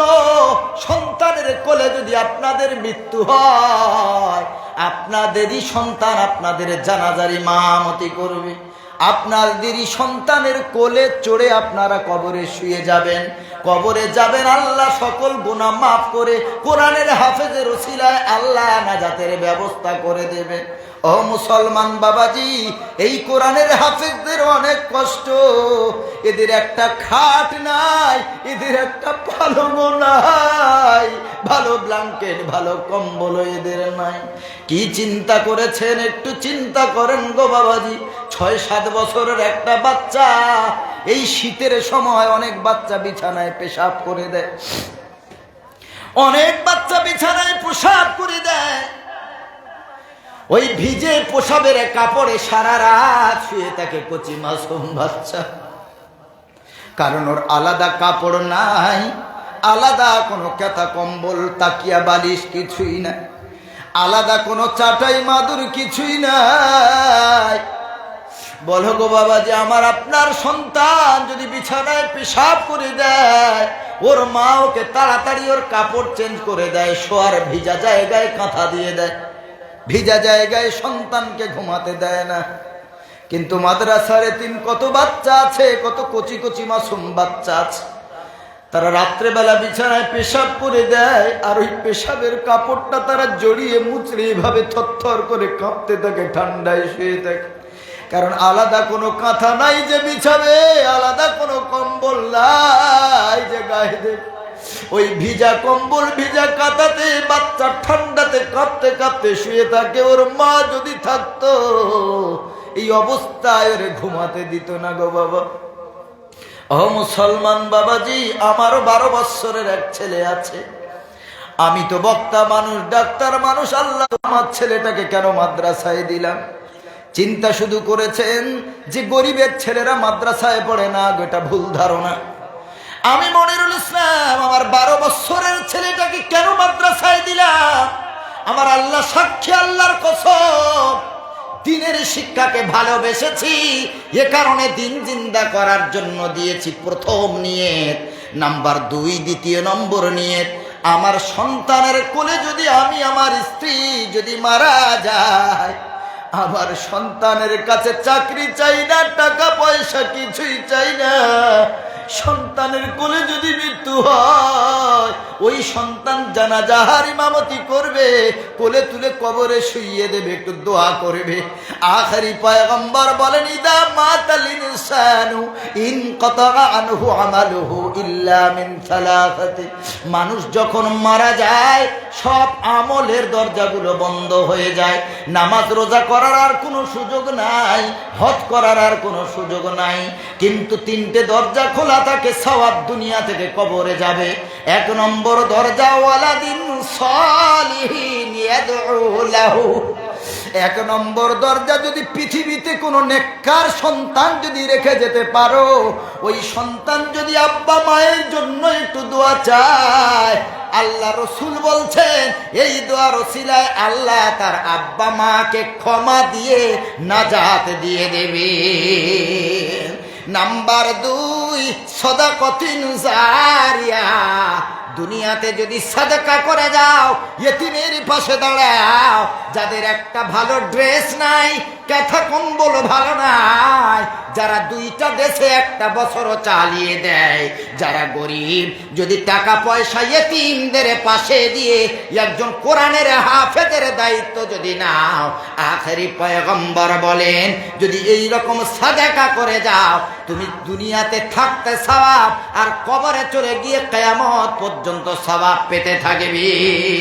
হয়তো তোমার ছেলে হাফেজ আলেম হলো না, কিন্তু তুমি মারা যাওয়ার পর ওই সন্তান তোমার কবর জিয়ারতের নিয়মও জানে না, কবর জিয়ারত করতে পারবে না, কোরআনও জানে না, কিছুই জানে না। 2-1 মাস মনে রাখবে, তারপরে ভুলে যাবে।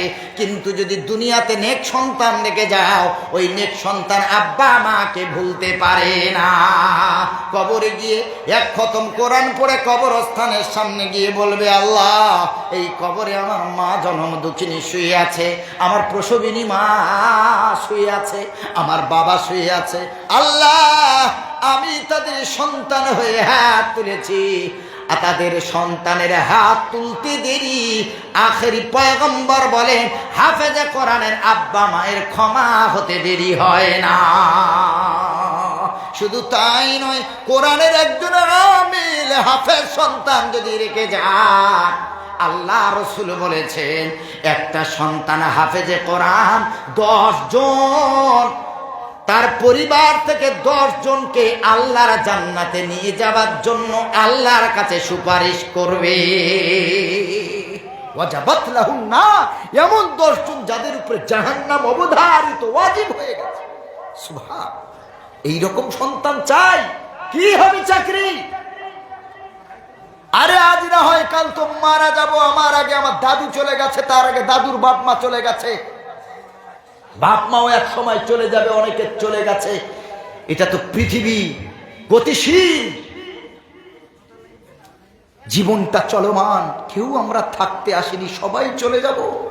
তবে পৃথিবীতে যদি একটা মাদ্রাসা বানিয়ে দিয়ে যেতে পারি, পৃথিবী যদি 1 কাঠা জায়গা মাদ্রাসার নামে দিতে পারি, একটা কোরআনের হাফেজের যদি দায়িত্ব নিই 1 বছর, কিয়ামতের দিন তোমার কলিজার সন্তান তোমারে ভুলে যাবে, কিন্তু যেই হাফেজের দায়িত্ব নেবে, খোদার কসম, এই হাফেজগুলো তোমাকে টান দিয়ে খোদার জান্নাতে নিয়ে যাবে ইনশাআল্লাহ।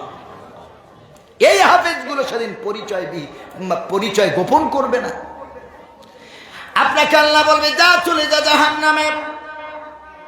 এলাকার মাদ্রাসায় আপনি দান করেছেন, মাদ্রাসার ছেলেদের সাথে মুসাফা করেছেন, আলেমদেরকে ভালোবেসেছেন, আলেমদের কথা শুনেছেন, ভালোবেসেছেন, মহব্বত করেছেন, আলেমদেরকে নেতৃত্ব দিয়েছেন। কিয়ামতের দিন, মুসিবতের দিন, এই মানুষদেরকে আলেমেরা চিনে নেবে।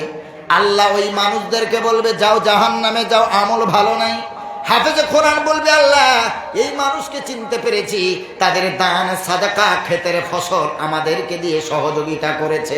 আমি বহু জায়গায় দেখেছি ক্ষেতের ফসল যারা মাদ্রাসাতে দেয়, সব থেকে লো কোয়ালিটি ফসলটা মাদ্রাসায় দেয়। সবজি চাষ করেছে, সব ভালো মানের সবজিগুলো বাজারে, আর খারাপ মানের সবজিগুলো যেগুলো দাম নাই, গরুতেও ঠিকভাবে খায় না, ওই সবজিগুলো দেয় মাদ্রাসায়। ভালো মানের ধান চালগুলো দিয়েছে বাজারে, আর লো কোয়ালিটি যেগুলো দাম নাই ওটা এতিমরা খাবে মাদ্রাসায়। ওরে বাবাজি, কোরআনওয়ালা কুকুর ভাববে না, মানুষ উচ্ছিষ্ট জিনিস কুকুরকে খাওয়ায়, খারাপ জিনিস কুকুরকে দেয়। কোরআনওয়ালাকে তোমার ক্ষেতের ফসলের 1 নম্বর ফসলটা অল্প হলেও কোরআনওয়ালাকে খাওয়াও। আজ এলাকায় যদি শান্তি আছে, এই মাদ্রাসার বাচ্চাদের জন্য, মাদ্রাসার জন্য আছে। কারণ তুমি যে সন্তান জন্ম দিয়েছ, ওই সন্তানটা সকাল 9টা-10টা ছাড়া ঘুম ভাঙে না, ফজরের নামাজ নাই, সূরা ইয়াসিন নাই। আর যারা পরের সন্তান মাদ্রাসায় পড়েছে, এই শীতের সময় ফজরে তারা উঠে যায়, কোরআন পড়ে, ফজরের নামাজ পড়ে, সূরা ইয়াসিন পড়ে, এলাকাবাসী দুনিয়াবাসীর জন্য দোয়া চায়। আল্লাহ, এলাকাবাসী যারা দান দিয়েছে, সাদকা দিয়েছে, ক্ষেতের ফসল দিয়েছে, এলাকাতে যারা বিমারগ্রস্ত আছে, যারা হসপিটালে ভর্তি আছে, দোয়া চেয়েছেন, আল্লাহ সকলকে শিফা দান করো, ক্ষেতের ফসল তুমি ভালো দিও। তোমার নিজের সন্তান দান করলো না, পরের সন্তান প্রতিদিন একটা দিনও বাদ নাই, প্রতিদিন ফজরের পরে সূরা ইয়াসিন পড়ে তোমার আমার জন্য দোয়া চেয়েছে। অথচ কিয়ামতের দিন নিজ সন্তান পরিচয় দেবে না বাপ বলে, আমরা যে তার বাপ পরিচয় দেবে না, মাকে পরিচয় দেবে না, কোরআনের হাফেজ আমাদেরকে কিয়ামতের দিন ভুলে যাবে না। আছেন কি কোন আল্লাহর বান্দা 1 বছর ধরে দায়িত্ব নেবেন, একজন কোরআনের হাফেজ এতিমের দায়িত্ব নেবেন, মাসে 2000 টাকা 10টা মাস করে দেবেন? 1 নম্বর, আল্লাহর কোন বান্দা 1 বছর মাদ্রাসার এক ছেলে, মাদ্রাসার এক হাফেজ, মাদ্রাসার এক এতিমের দায়িত্ব নেবেন, প্রতি মাসে 2000 তার বেতন হিসেবে আপনি দেবেন। আপনার সন্তানকে ভালো জায়গায় পড়াতে গেলে কত খরচ? আপনি পৃথিবীতে 1টা বছর একজন কোরআনের হাফেজের দায়িত্ব নিয়ে কবরে যাবেন, এই 1টা বছর দায়িত্বের ওসিলায় আপনার ইহকালে মঙ্গল, কবরে চিন্তা আল্লাহ দূর করে দেবে। কে আছেন আল্লাহর বান্দা, কে আছেন নবীর উম্মত? 1 নম্বরে শাহাদাত আঙুলটা একটু তুলে, ডান হাতটা তুলে সাক্ষী দেন, আল্লাহ এতিম বাচ্চাদের জন্য আমার নিজের কলিজার টুকরা সন্তানের এত হাফেজ আলেম হলো না, আমি 1টা বছর একজন মাদ্রাসা সন্তানের দায়িত্ব নিলাম।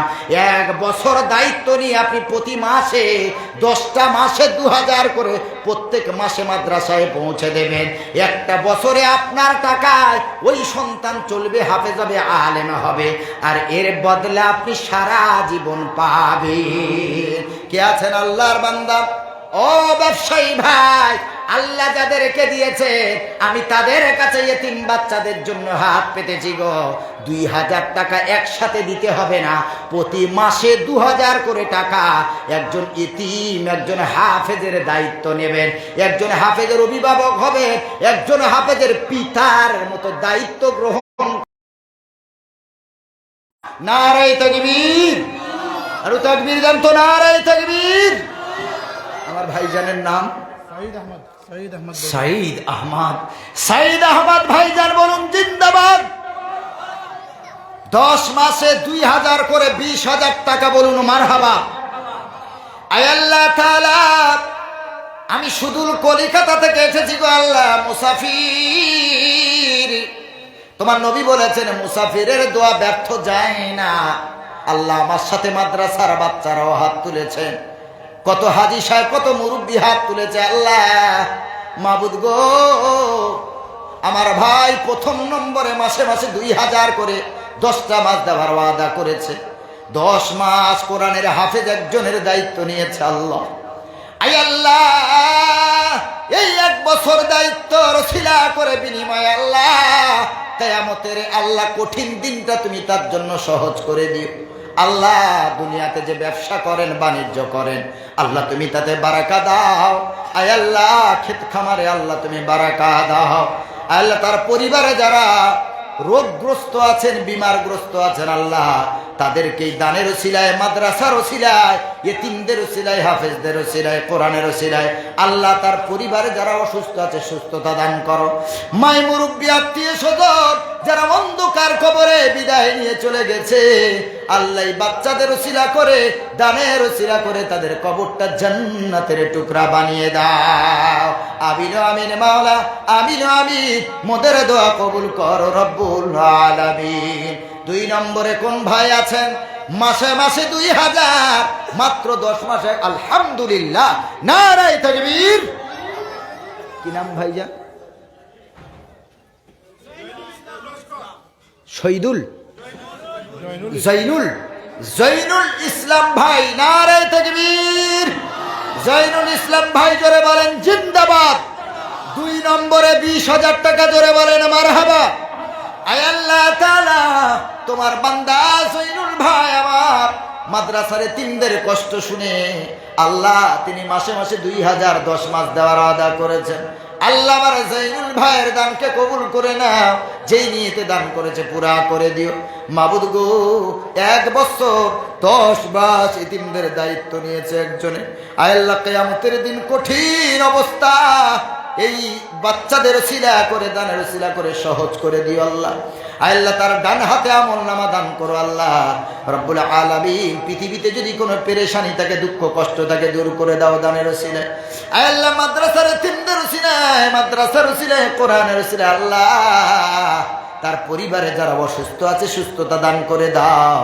তার আত্মীয় স্বজন যারা কবরবাসী হয়ে গেছেন, আয় আল্লাহ দানের উসিলায় তাদের কবরের আযাবকে মাফ করে দিয়ে নাজাতের ফয়সালা করে দাও। খেতে খামারে ব্যবসা বাণিজ্য আল্লাহ তুমি বারাকা দাও। আমিন আমিন মাওলা, আমিন আমিন। মোদের দোয়া কবুল কর রব্বুল আলামিন। 3 নম্বরে কোন ভাই আছেন আমার, একসাথে দিলে কষ্ট হবে, চাপ, তাই আমি আলাদা আলাদা করে প্রতি মাসে 2000 করে একজন এতিমদের বেতন দেওয়ার জন্য দায়িত্ব। আলহামদুলিল্লাহ। আব্দুল কালাম ভাই, নারায়ে তাকবীর। আব্দুল কালাম ভাই বলুন জিন্দাবাদ। 20,000 টাকা 3 নম্বরে জোরে বলেন মারহাবা, নারায়ে তাকবীর। আয় আল্লাহ তাআলা, আব্দুল কালাম ভাই 3 নম্বরে মাসে মাসে 2000 টাকা ওয়াদা করেছে। আল্লাহ তুমি কবুল করে নাও। কি ব্যবসা করে আমি তা জানি না। আয় আল্লাহ তার ব্যবসা বাণিজ্যে বারাকা দাও, ক্ষেতের ফসল রুজি রোজগারে তুমি বারাকা দান করো।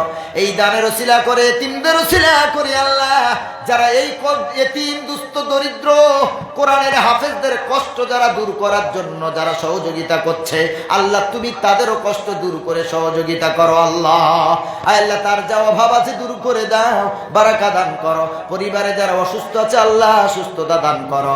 মাই মুরব্বী যারা কবরস্থ হয়ে গেছে, দানের উসিলাতে করে আল্লাহ তাদের কবরটাকে জান্নাতের টুকরা বানিয়ে দাও। আমিন আমিন মাওলা, আমিন আমিন। মোদের দোয়া কবুল করো রব্বুল আলামিন। 4 নম্বরে কোন আল্লাহর বান্দা আছেন মাসে মাসে 2000 একসাথে দিলে চাপ হবে, তাই আমি দিতে হবে না। 4 নম্বরে কোন আল্লাহর বান্দা একজন কোরআনের হাফেজের দায়িত্ব নেবেন, একজন এতিমের দায়িত্ব নেবেন, প্রতি মাসে 2000 টাকা তার বেতন দিয়ে আপনি নিজেই দায়িত্ব নেবেন। কারণ 2 মাস রমজানের ঈদ বাকরা ঈদ ছুটি থাকে, 10টা মাস ক্লাস হয় টেনে কেটে। এই 10টা মাস দায়িত্ব নেবেন, আপনার আর কোনো চিন্তা থাকবে না।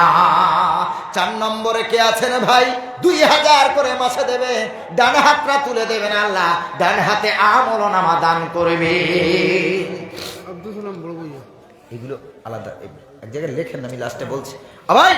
4 নম্বরে 2000 করে মাসে কোন যুবক ভাই আছেন আপনার একটা ভাইয়ের দায়িত্ব নেবেন? আপনি একটা কোরআনের হাফেজ ভাই দুনিয়াতে রেখে কবরে যাবেন। আপনি একটা কোরআনের হাফেজ সন্তানকে দুনিয়াতে রেখে কবরে যাবেন। 4 নম্বরে কোন আল্লাহর বান্দা মাসে মাসে মাত্র 2000, মাত্র 2000, যারা মাসে 15,000 20,000 ইনকাম হয়ে যায়, 2000 করে তারা পারবেন ইনশাআল্লাহ। আল্লাহ যাদের দিয়েছেন দিতে পারবেন। 4 নম্বরে কে আছেন? আল্লাহ তাআলা 4টে কিতাব সেরা বানালেন, তাওরাত, জাব্বুর, ইনজিল আর কুরআন। 4টে হলো সেরা। আবার খুলাফাউর রাশিদিন আল মাহদিন হলেন 4 জন। একজন হলেন হযরতে ওমর, দ্বিতীয় জন হলেন হযরতে আবু বকর, তৃতীয় জন হলেন উসমান, চতুর্থ জন হলেন আলী রাদিয়াল্লাহু তাআলা আনহুম আজমাইন। চারজন খলিফা যারা ওয়াক্ত পৃথিবী শাসন করেছেন। ওরে মুসলমান, জোহরের ফরজ নামাজ 4 রাকাত, আসরের ফরজ নামাজ 4 রাকাত, ইশার ফরজ নামাজ 4 রাকাত। তাই 4-এর বরকত নিতে কে আছে? মাসে মাসে আলহামদুলিল্লাহ। কই আমার ভাই একটু হাত তোলেন। আলহামদুলিল্লাহ, নারায়ে তাকবীর। তাহির মানে পবিত্র। কি নাম?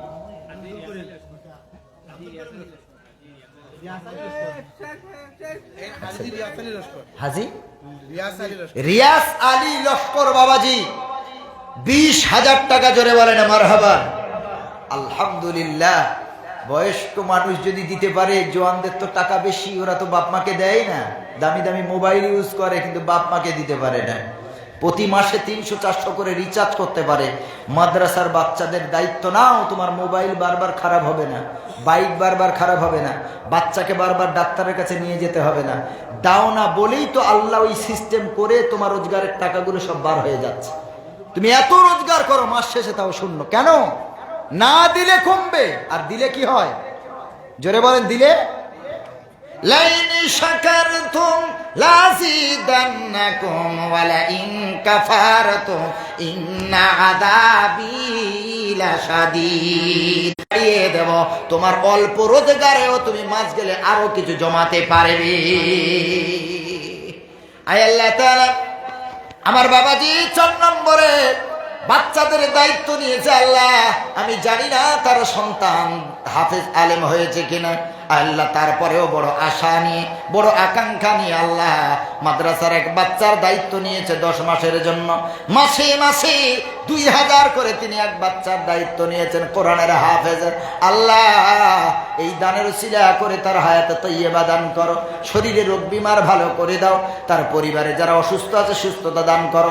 আয় আল্লাহ, মায় মুরব্বী আত্মীয় স্বজন যারা কবরবাসী হয়ে গেছে, মাদ্রাসার উসিলায়, হাফেজদের উসিলায়, তিনদের উসিলায়, কোরআনের উসিলায়, আয় আল্লাহ তাআলা তাদের কবরটা তুমি জান্নাতের টুকরা বানিয়ে দাও রব্বুল আলামিন। যত পেরেশানি আছে, দুঃখ আছে আল্লাহ, আমি মুসাফির হয়ে সকলকে নিয়ে দোয়া চাই। আল্লাহ যাকে পছন্দ করো তার উসিলা আমার এই বাবাজির সমস্ত পেরেশানি, কষ্ট, দুঃখকে দূর করে দাও। আল্লাহ তার রুজি রোজগারে, ব্যবসা বাণিজ্যে বারাকা দাও, তার বাচ্চা বাচ্চি, নাতনি নাতি নাতনিকে হেফাজত করো। আমিন আমিন মাওলা, আমিন আমিন। মোদের দোয়া কবুল করো রব্বুল আলামিন। 5 নম্বরে কে আছেন? আলহামদুলিল্লাহ, 5 হয়ে গেছে। কার ছেলে বলে? নাসির মাস্টার ভাইজানের ছেলে তাহিরুল ইসলাম, মানে ইসলামের পবিত্রতা অর্জনকারী পুরুষ। সুবহানাল্লাহ। 5 নম্বরে 20,000 টাকা জোরে বলেন মারহাবা। বুনিয়াল ইসলাম ওয়ালা 50, ইসলাম জীবিত আছে 5টা খুঁটির উপরে। সুবহানাল্লাহ পড়েন। কটা খুঁটির উপরে? নামাজ, রোজা, হজ, যাকাত, কালিমা। এক কথাই বুঝিয়ে দিলাম। আবার দেখেন, সারা দিনে কত নামাজ ফরজ? জোরে বলেন। 5 ওয়াক্ত ফরজ নামাজ। আয় আল্লাহ তাআলা, তোমার নবীকে তো তুমি বলেছিলে, নবী হে, তোমাকে 5 ওয়াক্ত দিয়ে দুনিয়াতে পাঠাচ্ছি, কিন্তু এই 5 ওয়াক্তের ভিতরে আমি 50 ওয়াক্তের সওয়াব ঢুকিয়ে দিলাম। আয় আল্লাহ তাআলা, ইসলামের খুঁটি 5টা, সারা দিনের ফরজ নামাজও 5 ওয়াক্ত। রব্বুল আলামিন 5 নম্বরে তাহিরুল ইসলাম ভাই মাস্টার সাহেবের ছেলে, 5 নম্বরে 20,000, মাসে মাসে 2,000 ওয়াদা। আল্লাহ তুমি কবুল করে নাও, জানে মালে বারাকা দান করো, হায়াতে তাইয়্যিবা দান করো, আব্বা মায়েকে হায়াত দারাজ করো মালিক। পরিবারে যারা অসুস্থ আছে সুস্থতা দান করো, যেই নিয়েতে দান করে যে পুরা করে দাও, সমস্ত পেরেশানি কষ্ট দূর করে দাও আল্লাহ। আয় আল্লাহ, এই মাদ্রাসার বাচ্চাদের 1 বছরের দায়িত্ব নিয়েছে, এই দায়িত্ব নেওয়ার উসিলা করে আল্লাহ তার কবরেও দুনিয়া থেকে চলে যাওয়ার পর সাদাকায়ে জারিয়া হিসেবে কবুল করে নিও আল্লাহ। পরিবারে যারা অসুস্থ আছে সুস্থতা দান করো, মায়ের মুরব্বী যারা কবরস্থ হয়ে গেছে আল্লাহ দানের উসিলায় নাজাতের ব্যবস্থা করে দাও। রুজি রোজগারে, ব্যবসা বাণিজ্যে আল্লাহ তুমি বারাকা নাজিল করো, সকলে বলেন আমিন। 6 নম্বরে কে আছে? আসমান জমিন আল্লাহ 6 দিনে সৃষ্টি করেছেন। এবার হাফিজ হয়েছেন, পাগড়িও পাইছেন। এই মাদ্রাসায়? এই মাদ্রাসা জি না, এই মা মাদ্রাসা আমি বিয়ার থেকে। আচ্ছা আচ্ছা আচ্ছা, এবার এখানে 1 বছর দায়িত্ব নিলাম আমি 1 বছর। আলহামদুলিল্লাহ। ভাইজানের নাম আসলিমউদ্দিন। ওনার ছেলে এবছর হাফেজি হয়ে কমপ্লিট করে পাগড়ি পেয়েছেন, আলহামদুলিল্লাহ পড়েন। আরে এই বাপগুলো তো ধন্য। আমি আগেই বলেছি আমার ছেলেকে আমি নিয়ত করেছি, মারা যদি ওদের কোলে যদি আমাদের মৃত্যু হয় তো আমাদের ছেলে জানাজা পড়াবে, এর থেকে আর কিসের ভাগ্য রে ভাই? কি হবে দুনিয়ার টাকা? খালি হাতে তো এসেছি, খালি হাতে চলে যেতে হবে। আয় আল্লাহ তাআলা, তোমার বান্দা 1 বছরের দায়িত্ব নিয়েছে মাদ্রাসার এক সন্তানের। মাবুদ গো, কত সন্তান আছে, কেউ নেই, বড় এতিম। কতজনের বাপ নাই, মা পরের বাড়িতে কাজ করে খায় বাসন থালা বাসন মাঝে। আল্লাহ, কতজনের বাবাও নাই, মাও না। রব্বুল আলামিন বাপ মা ছেড়ে কষ্টের পর কষ্ট সহ্য করে তারা কোরআন শিক্ষা করছে। আল্লাহ, তোমার বান্দা 6 নম্বরে 20,000 টাকার ওয়াদা করেছেন, মাসে মাসে 2,000। আল্লাহ দানকে কবুল করে নাও। তার সন্তান কোরআনের হাফেজ হয়েছে। আল্লাহ, ওই বাচ্চাটাকে আল্লাহ তুমি হায়াতে তৈয়বা দান করো, ওর শরীরের রোগ বিমার থেকে তুমি ভালো রেখো। আয় আল্লাহ, যতদিন বাঁচবে কোরআন যেন মুখস্থ রাখতে পারে তুমি কবুল করে নাও। রব্বুল আলামিন মাওলাই কারীম, বাপ মা হিসেবে তারা ধন্য। বাপ মাকে 5 ওয়াক্ত নামাজি পরেজগার মুত্তাকি দিনদার বানাও। রব্বুল আলামিন, পরিবারে যারা অসুস্থ আছে আল্লাহ, এই মাদ্রাসার বাচ্চাদের উসিলা করে, দানের উসিলা করে সকলকে সুস্থতা দান করো। আয় আল্লাহ তাআলা, যারা আত্মীয় স্বজন কবরবাসী হয়ে গেছেন, নাজাতের ব্যবস্থা করে দাও আল্লাহ। আল্লাহ, আমি জানি না তোমার এই বান্দা কি ব্যবসা করে, আমি মুসাফির হয়ে দোয়া চাই তার হালাল রুজি রোজগারে, ব্যবসা বাণিজ্যে, ক্ষেত খামারে আল্লাহ তুমি বারাকা নাজিল করে দাও। আমিন আমিন মাওলা, আমিন আমিন। মোদের দোয়া কবুল করো রব্বুল আলামিন। 7 রাত দোজক, কটা দোজক বাবাজি? দোজক কটা? লাযা হাতামা সাকর। এইরকম ভাবে হাবিয়া হুতামা বিভিন্ন নামের দোজক আছে। 7টা দোজক কে বাজেতে চায়? এই 7 নম্বরে কে আছেন মাসে মাসে 2,000 করে দেবেন, মনে নিয়ত করে নেবেন। আল্লাহ, মারা যাবার পর 7টা দোজকই আমাদের জন্য হারাম করে দিও। আমি 7 নম্বরে আল্লাহ 7টা দোজক যাতে আমার না যেতে হয়। আল্লাহ, 7 নম্বরে এই নিয়ত করে আমি একজন বাচ্চার দায়িত্ব নিলাম, একজন হাফেজের দায়িত্ব নিলাম, ইতিমের দায়িত্ব নিলাম। কে আছো ভাই? 7 নম্বরে ডান হাতটা তুলে বলবেন, হুজুর আমি 7 নম্বরে 7টা দোজক থেকে বাঁচার জন্য আমি 7 নম্বরে 2,000 দিলাম। আল্লাহ 6 দিন আসমান জমিন বানালেন, সুম্মা সিত্তাওয়া আলাল আরশ। আল্লাহ তারপরে আরশে মুআল্লায় আসীন করলেন। কে আছেন 7 নম্বরে? 2,000 করে টাকা প্রতি মাসে দিয়ে একজনের দায়িত্ব নিয়ে, একজন হাফেজের অভিভাবক হয়ে, বাবা হয়ে, ভাই হয়ে, দাদা হয়ে আপনি কবরে চলে যাবেন। কবরে যাওয়ার সাথে সাথে কেউ কবর জিয়ারত করুক আর না করুক, যারে 1 বছরের দায়িত্ব নিয়েছিলেন তার ওসিলায় আপনার কবরে সওয়াব পৌঁছাতে থাকবে। 7 নম্বরে কে আছেন? কোন জোয়ান যুবক ভাই, কোন মুরব্বী বাবাজি, 7টা দোজক আল্লাহ হারাম করে দেবেন ইনশাআল্লাহ। 7টা দোজক আল্লাহ হারাম করে দেবেন। 7 নম্বরে ডান হাতটা তুলবেন। আজকে আল্লাহ দেখছে, ফেরেশতারা দেখছেন, যেই হাত তুলবেন ওই ডান হাতে কিয়ামতের দিন আল্লাহ আপনার আমলনামা দিয়ে হিসাব সহজ করে দেবে ইনশাআল্লাহ। আল্লাহ রাব্বুল আলামিন, আলহামদুলিল্লাহ, কি নাম আব্বা? জাকির হোসেন, সুবহানাল্লাহ, উত্তম জিকির করনে ওয়ালা। আয় আল্লাহ তাআলা, মুরব্বি বাবাজি দাড়ি চুল পেকে গেছে, তোমার হাবিব বলেছে যখন দাড়ির চুল, মাথার চুল পেকে যায়, বার্ধক্য অবস্থায় তোমার কাছে যা দোয়া চায় তা কবুল হয়ে যায়। রব্বুল আলামিন জাকির হোসেন বাবাজি 7 নম্বরে মাসে মাসে 2,000 দিয়ে মাদ্রাসার এক বাচ্চার দায়িত্ব নিয়েছে 1 বছরের। আল্লাহ, আমার এই বাবাজির দানকে তুমি কবুল করে নাও।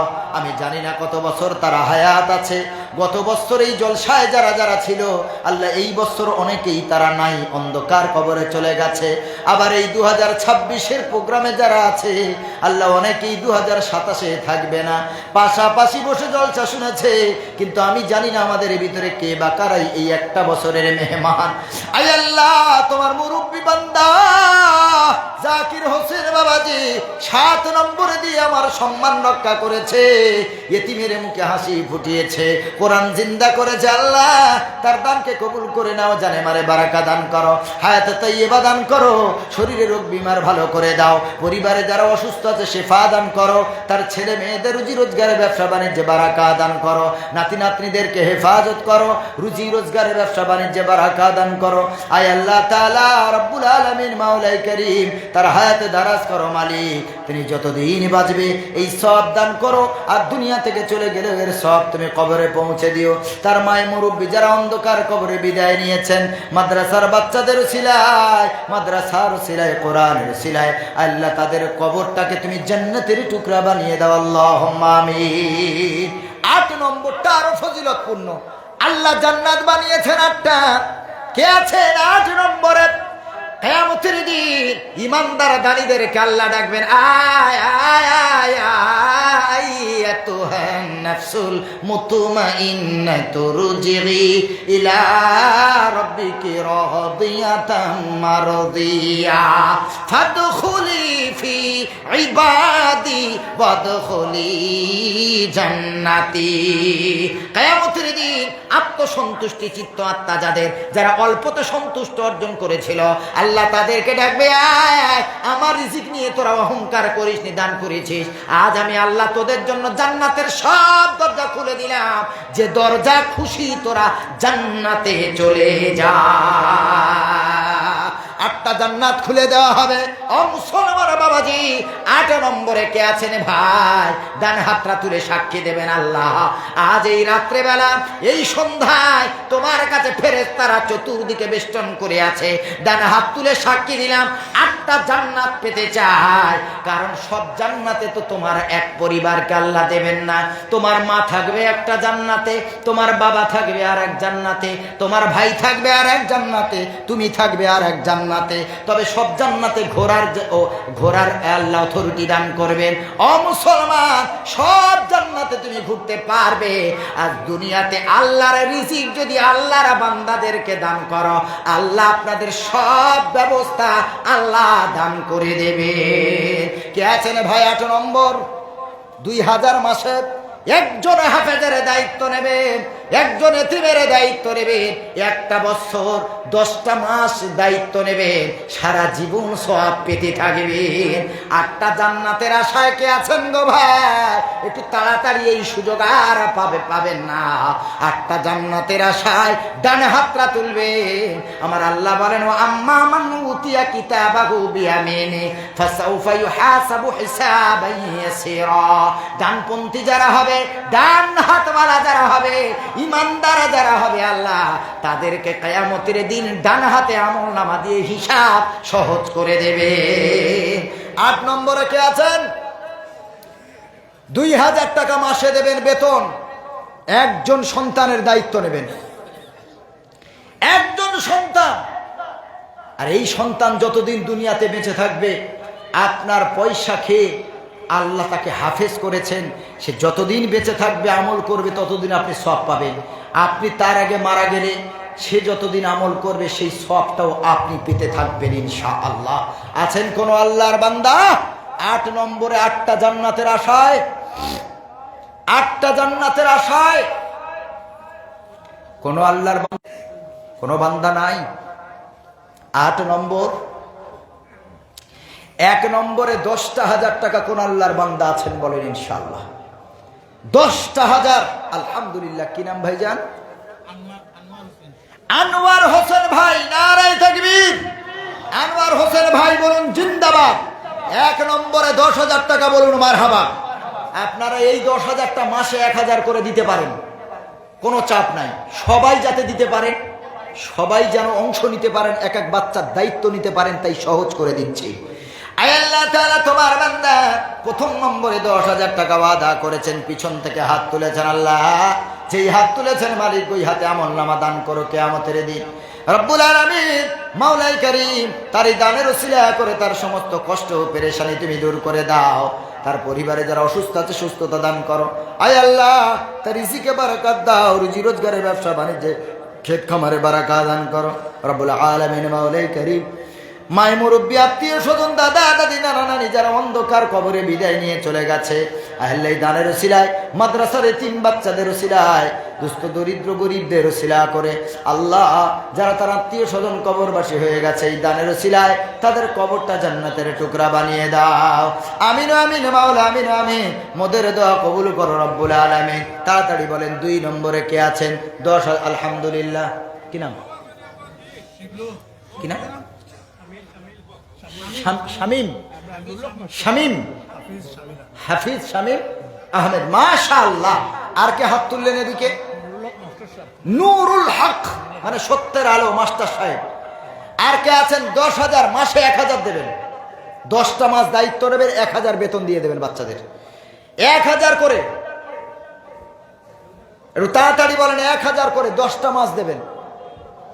একজন বাচ্চার দায়িত্ব নেবেন, প্রায় 200 শতাধিক সন্তান এখানে পড়ে, 200-রও বেশি। আপনি একটা বাচ্চাদের দায়িত্ব নিয়ে আপনি দুনিয়াতে 1 বছরের দায়িত্ব নিয়েছি, হাফেজ করিয়েছি, আলহামদুলিল্লাহ। গর্ব করে বলতে পারেন তাদের ওসিলায় জান্নাতে যাবেন। আর কে আছেন মাসে 1,000? আল্লাহ তাআলা তোমার বান্দা জোয়ার আমার যুবক ভাই আর নুরুল হক বাবাজি 2 জন মিলে 10,000 ওয়াদা করেছেন। আল্লাহ এই বাচ্চাদের এই এতিমদের মুখে হাসি ফোটাবার জন্য, গরিব বাচ্চাদের মুখে হাসি ফোটাবার জন্য ওরা তারা জানে যাতে একটু ভালো খেতে পারে, আল্লাহ তার দিকে খেয়াল করে রব্বুল আলামিন তোমার 2 বান্দা 10,000 নিয়ত করেছেন। আল্লাহ দানকে তুমি কবুল করে নাও, জানে মালে বারাকা দান করো, হায়াতে তাইয়্যিবা দান করো। যেই নিয়তে দান করেছেন আল্লাহ তাদের সেই নিয়ত পুরা করে দাও। আল্লাহ উভয়ের পরিবারে যারা অসুস্থ আছে সুস্থতা দান করো মালিক। আল্লাহ তাআলা তাদের 2 জনের রুজি রোজগারের ব্যবসা বাণিজ্যে বারাকা দাও। তাদের আত্মীয় স্বজন যারা কবরবাসী হয়ে গেছে আল্লাহ এই দানের ওসিলায় তুমি কবরটাকে জান্নাতের টুকরা বানিয়ে দাও। আমিন আমিন মাওলা আমিন আমিন। মোদের দোয়া কবুল করো রব্বুল আলামিন। 1,000 করে মাসে। আর কে আছেন? তাড়াতাড়ি হাত তোলেন। 1 বছরের দায়িত্ব আর সুযোগ পাবেন না, আর সুযোগ নাই। 1 বছরের দায়িত্ব নিয়ে কবরে যাবেন। 4 নম্বরে কে আছেন? 10,000 মাসে 1,000। আল্লাহ তাআলা বলেন ইন্নাল্লাহা আশতারা মিনাল মুমিনিনা আনফুসাহুম ওয়া আমওয়ালাহুম বিআন্না লাহুমুল জান্নাহ। দেখেন বাবাজি, টাকা দিয়ে জান্নাত কেনা যায়, টাকা দিয়ে জান্নাত কেনা যায়। আল্লাহ বলছেন, আল্লাহ তাআলা বলেন মুমিনদের কাছ থেকে আমি জীবন এবং সম্পদ দুটোই আমি নিয়েছি জান্নাত দেব বলে। মানে 2 জিনিসের বিনিময়ে আল্লাহ জান্নাত আমাদের বিক্রি করেছেন। সুবহানাল্লাহ পড়েন। মুমিনেরা জীবন দিয়ে ইসলাম রক্ষা করবে, সম্পদ দিয়ে মাদ্রাসা বাঁচাবে, এই কথাই কোরআন বলছে। আসেন বাবাজি, 4 নম্বরে কে আছেন? 1,000 করে মাসে একটা করে 1,000 টাকা দেবেন। অনেক আছেন মধ্যবিত্ত ফ্যামিলিতে বিলং করেন, হয়তো বেশি রোজগার নাই, মাসে 10,000 মাসে 15,000 রোজগার করেন। এই রোজগারের ভিতরে একটা করে 1,000 টাকা দিয়ে আপনি দায়িত্ব নেবে। আল্লাহ তাআলা বলেন মা ইনদাকুম ইয়াফাদ ওয়া মা ইনদাল্লাহি বাক। আল্লাহ বলেছেন যেটা তুমি ব্যাংকে রেখেছো, সুটকেসে বাক্সে গুছিয়ে রেখেছো রোজগার করে, ওটা শেষ হয়ে যাবে। ক্যান্সার হোক, আলসার হোক, আর যে কোনো রোগ হোক। আল্লাহ তাআলা বলেন যে কোনো কারণ আমি আল্লাহ তৈরি করে তোমার ওই ধন সম্পদকে মিটিয়ে দেবো, শেষ করে দেবো। কিন্তু আল্লাহ রাস্তায় যেটা তুমি খরচ করবে, যেটা তুমি দেবে, আল্লাহ রাব্বুল আলামিন বলেন তা আমার কাছে আমি আল্লাহ গুছিয়ে রেখে দিই। কিয়ামতের দিন, মুসিবতের দিন, সওয়াবের পাল্লা যখন হালকা হয়ে যাবে, গুনার পাল্লা যখন ভারী হয়ে যাবে, আল্লাহ তাআলা এই দানের সওয়াবের পাল্লায় তুলে পাল্লা ভারী করে নাজাতের ব্যবস্থা করবে। নবী সাল্লাল্লাহু আলাইহি ওয়াসাল্লামের হাদিস আছে, কিয়ামতের দিন, মুসিবতের দিন কিয়ামতের সময় আসমান জমিন মাদ্রাসা মসজিদ মক্তব খানকা দরগা সব ইসরাফিলের ফুৎকারে সব ধ্বংস হয়ে যাবে। কিন্তু কিয়ামতের দিন মানুষ যেমন উঠবে, জিন জাতি যেমন উঠবে, নবীজি বললেন মাদ্রাসাকেও তোলা হবে, মসজিদকেও তোলা হবে। এই মাদ্রাসাকেও আল্লাহ তুলবে, আর এই মাদ্রাসার পিছনে যারা ব্যয় করেছে, মাদ্রাসা তাদের জন্য আল্লাহর কাছে সুপারিশ করে তাদেরকে জান্নাতের ব্যবস্থা করে দেবে। কিয়ামতের দিন এই মাদ্রাসা উঠবে আর আমাদের জন্য সাক্ষী দেবে, আল্লাহর কাছে বলবে আল্লাহ আমাদের দিকে এরা দেখেছে, তা আল্লাহ ওদের নাজাতের ব্যবস্থা করুন। ভাই একটা করে 1000 টাকা মাত্র বলেছি, একসাথে বলিনি, যাতে একসাথে বললে অনেকের চাপ সৃষ্টি হয়, কষ্ট হবে, দিতে পারবে না। এই জন্য একটা করে 1000 টাকা একটা সন্তানের বেতন দিয়ে 1 বছরের দায়িত্ব নিতে পারবেন না ইনশাল্লাহ? নিজ সন্তান মনে করে, ভাই মনে করে, দাদা মনে করে 1 বছরের দায়িত্ব নেবেন, মাসে 1000 টাকা বেতন দিয়ে কে আছেন হাত তোলেন ইনশাল্লাহ? কে আছেন হাত তোলেন? পিছনে অনেকে দাঁড়িয়ে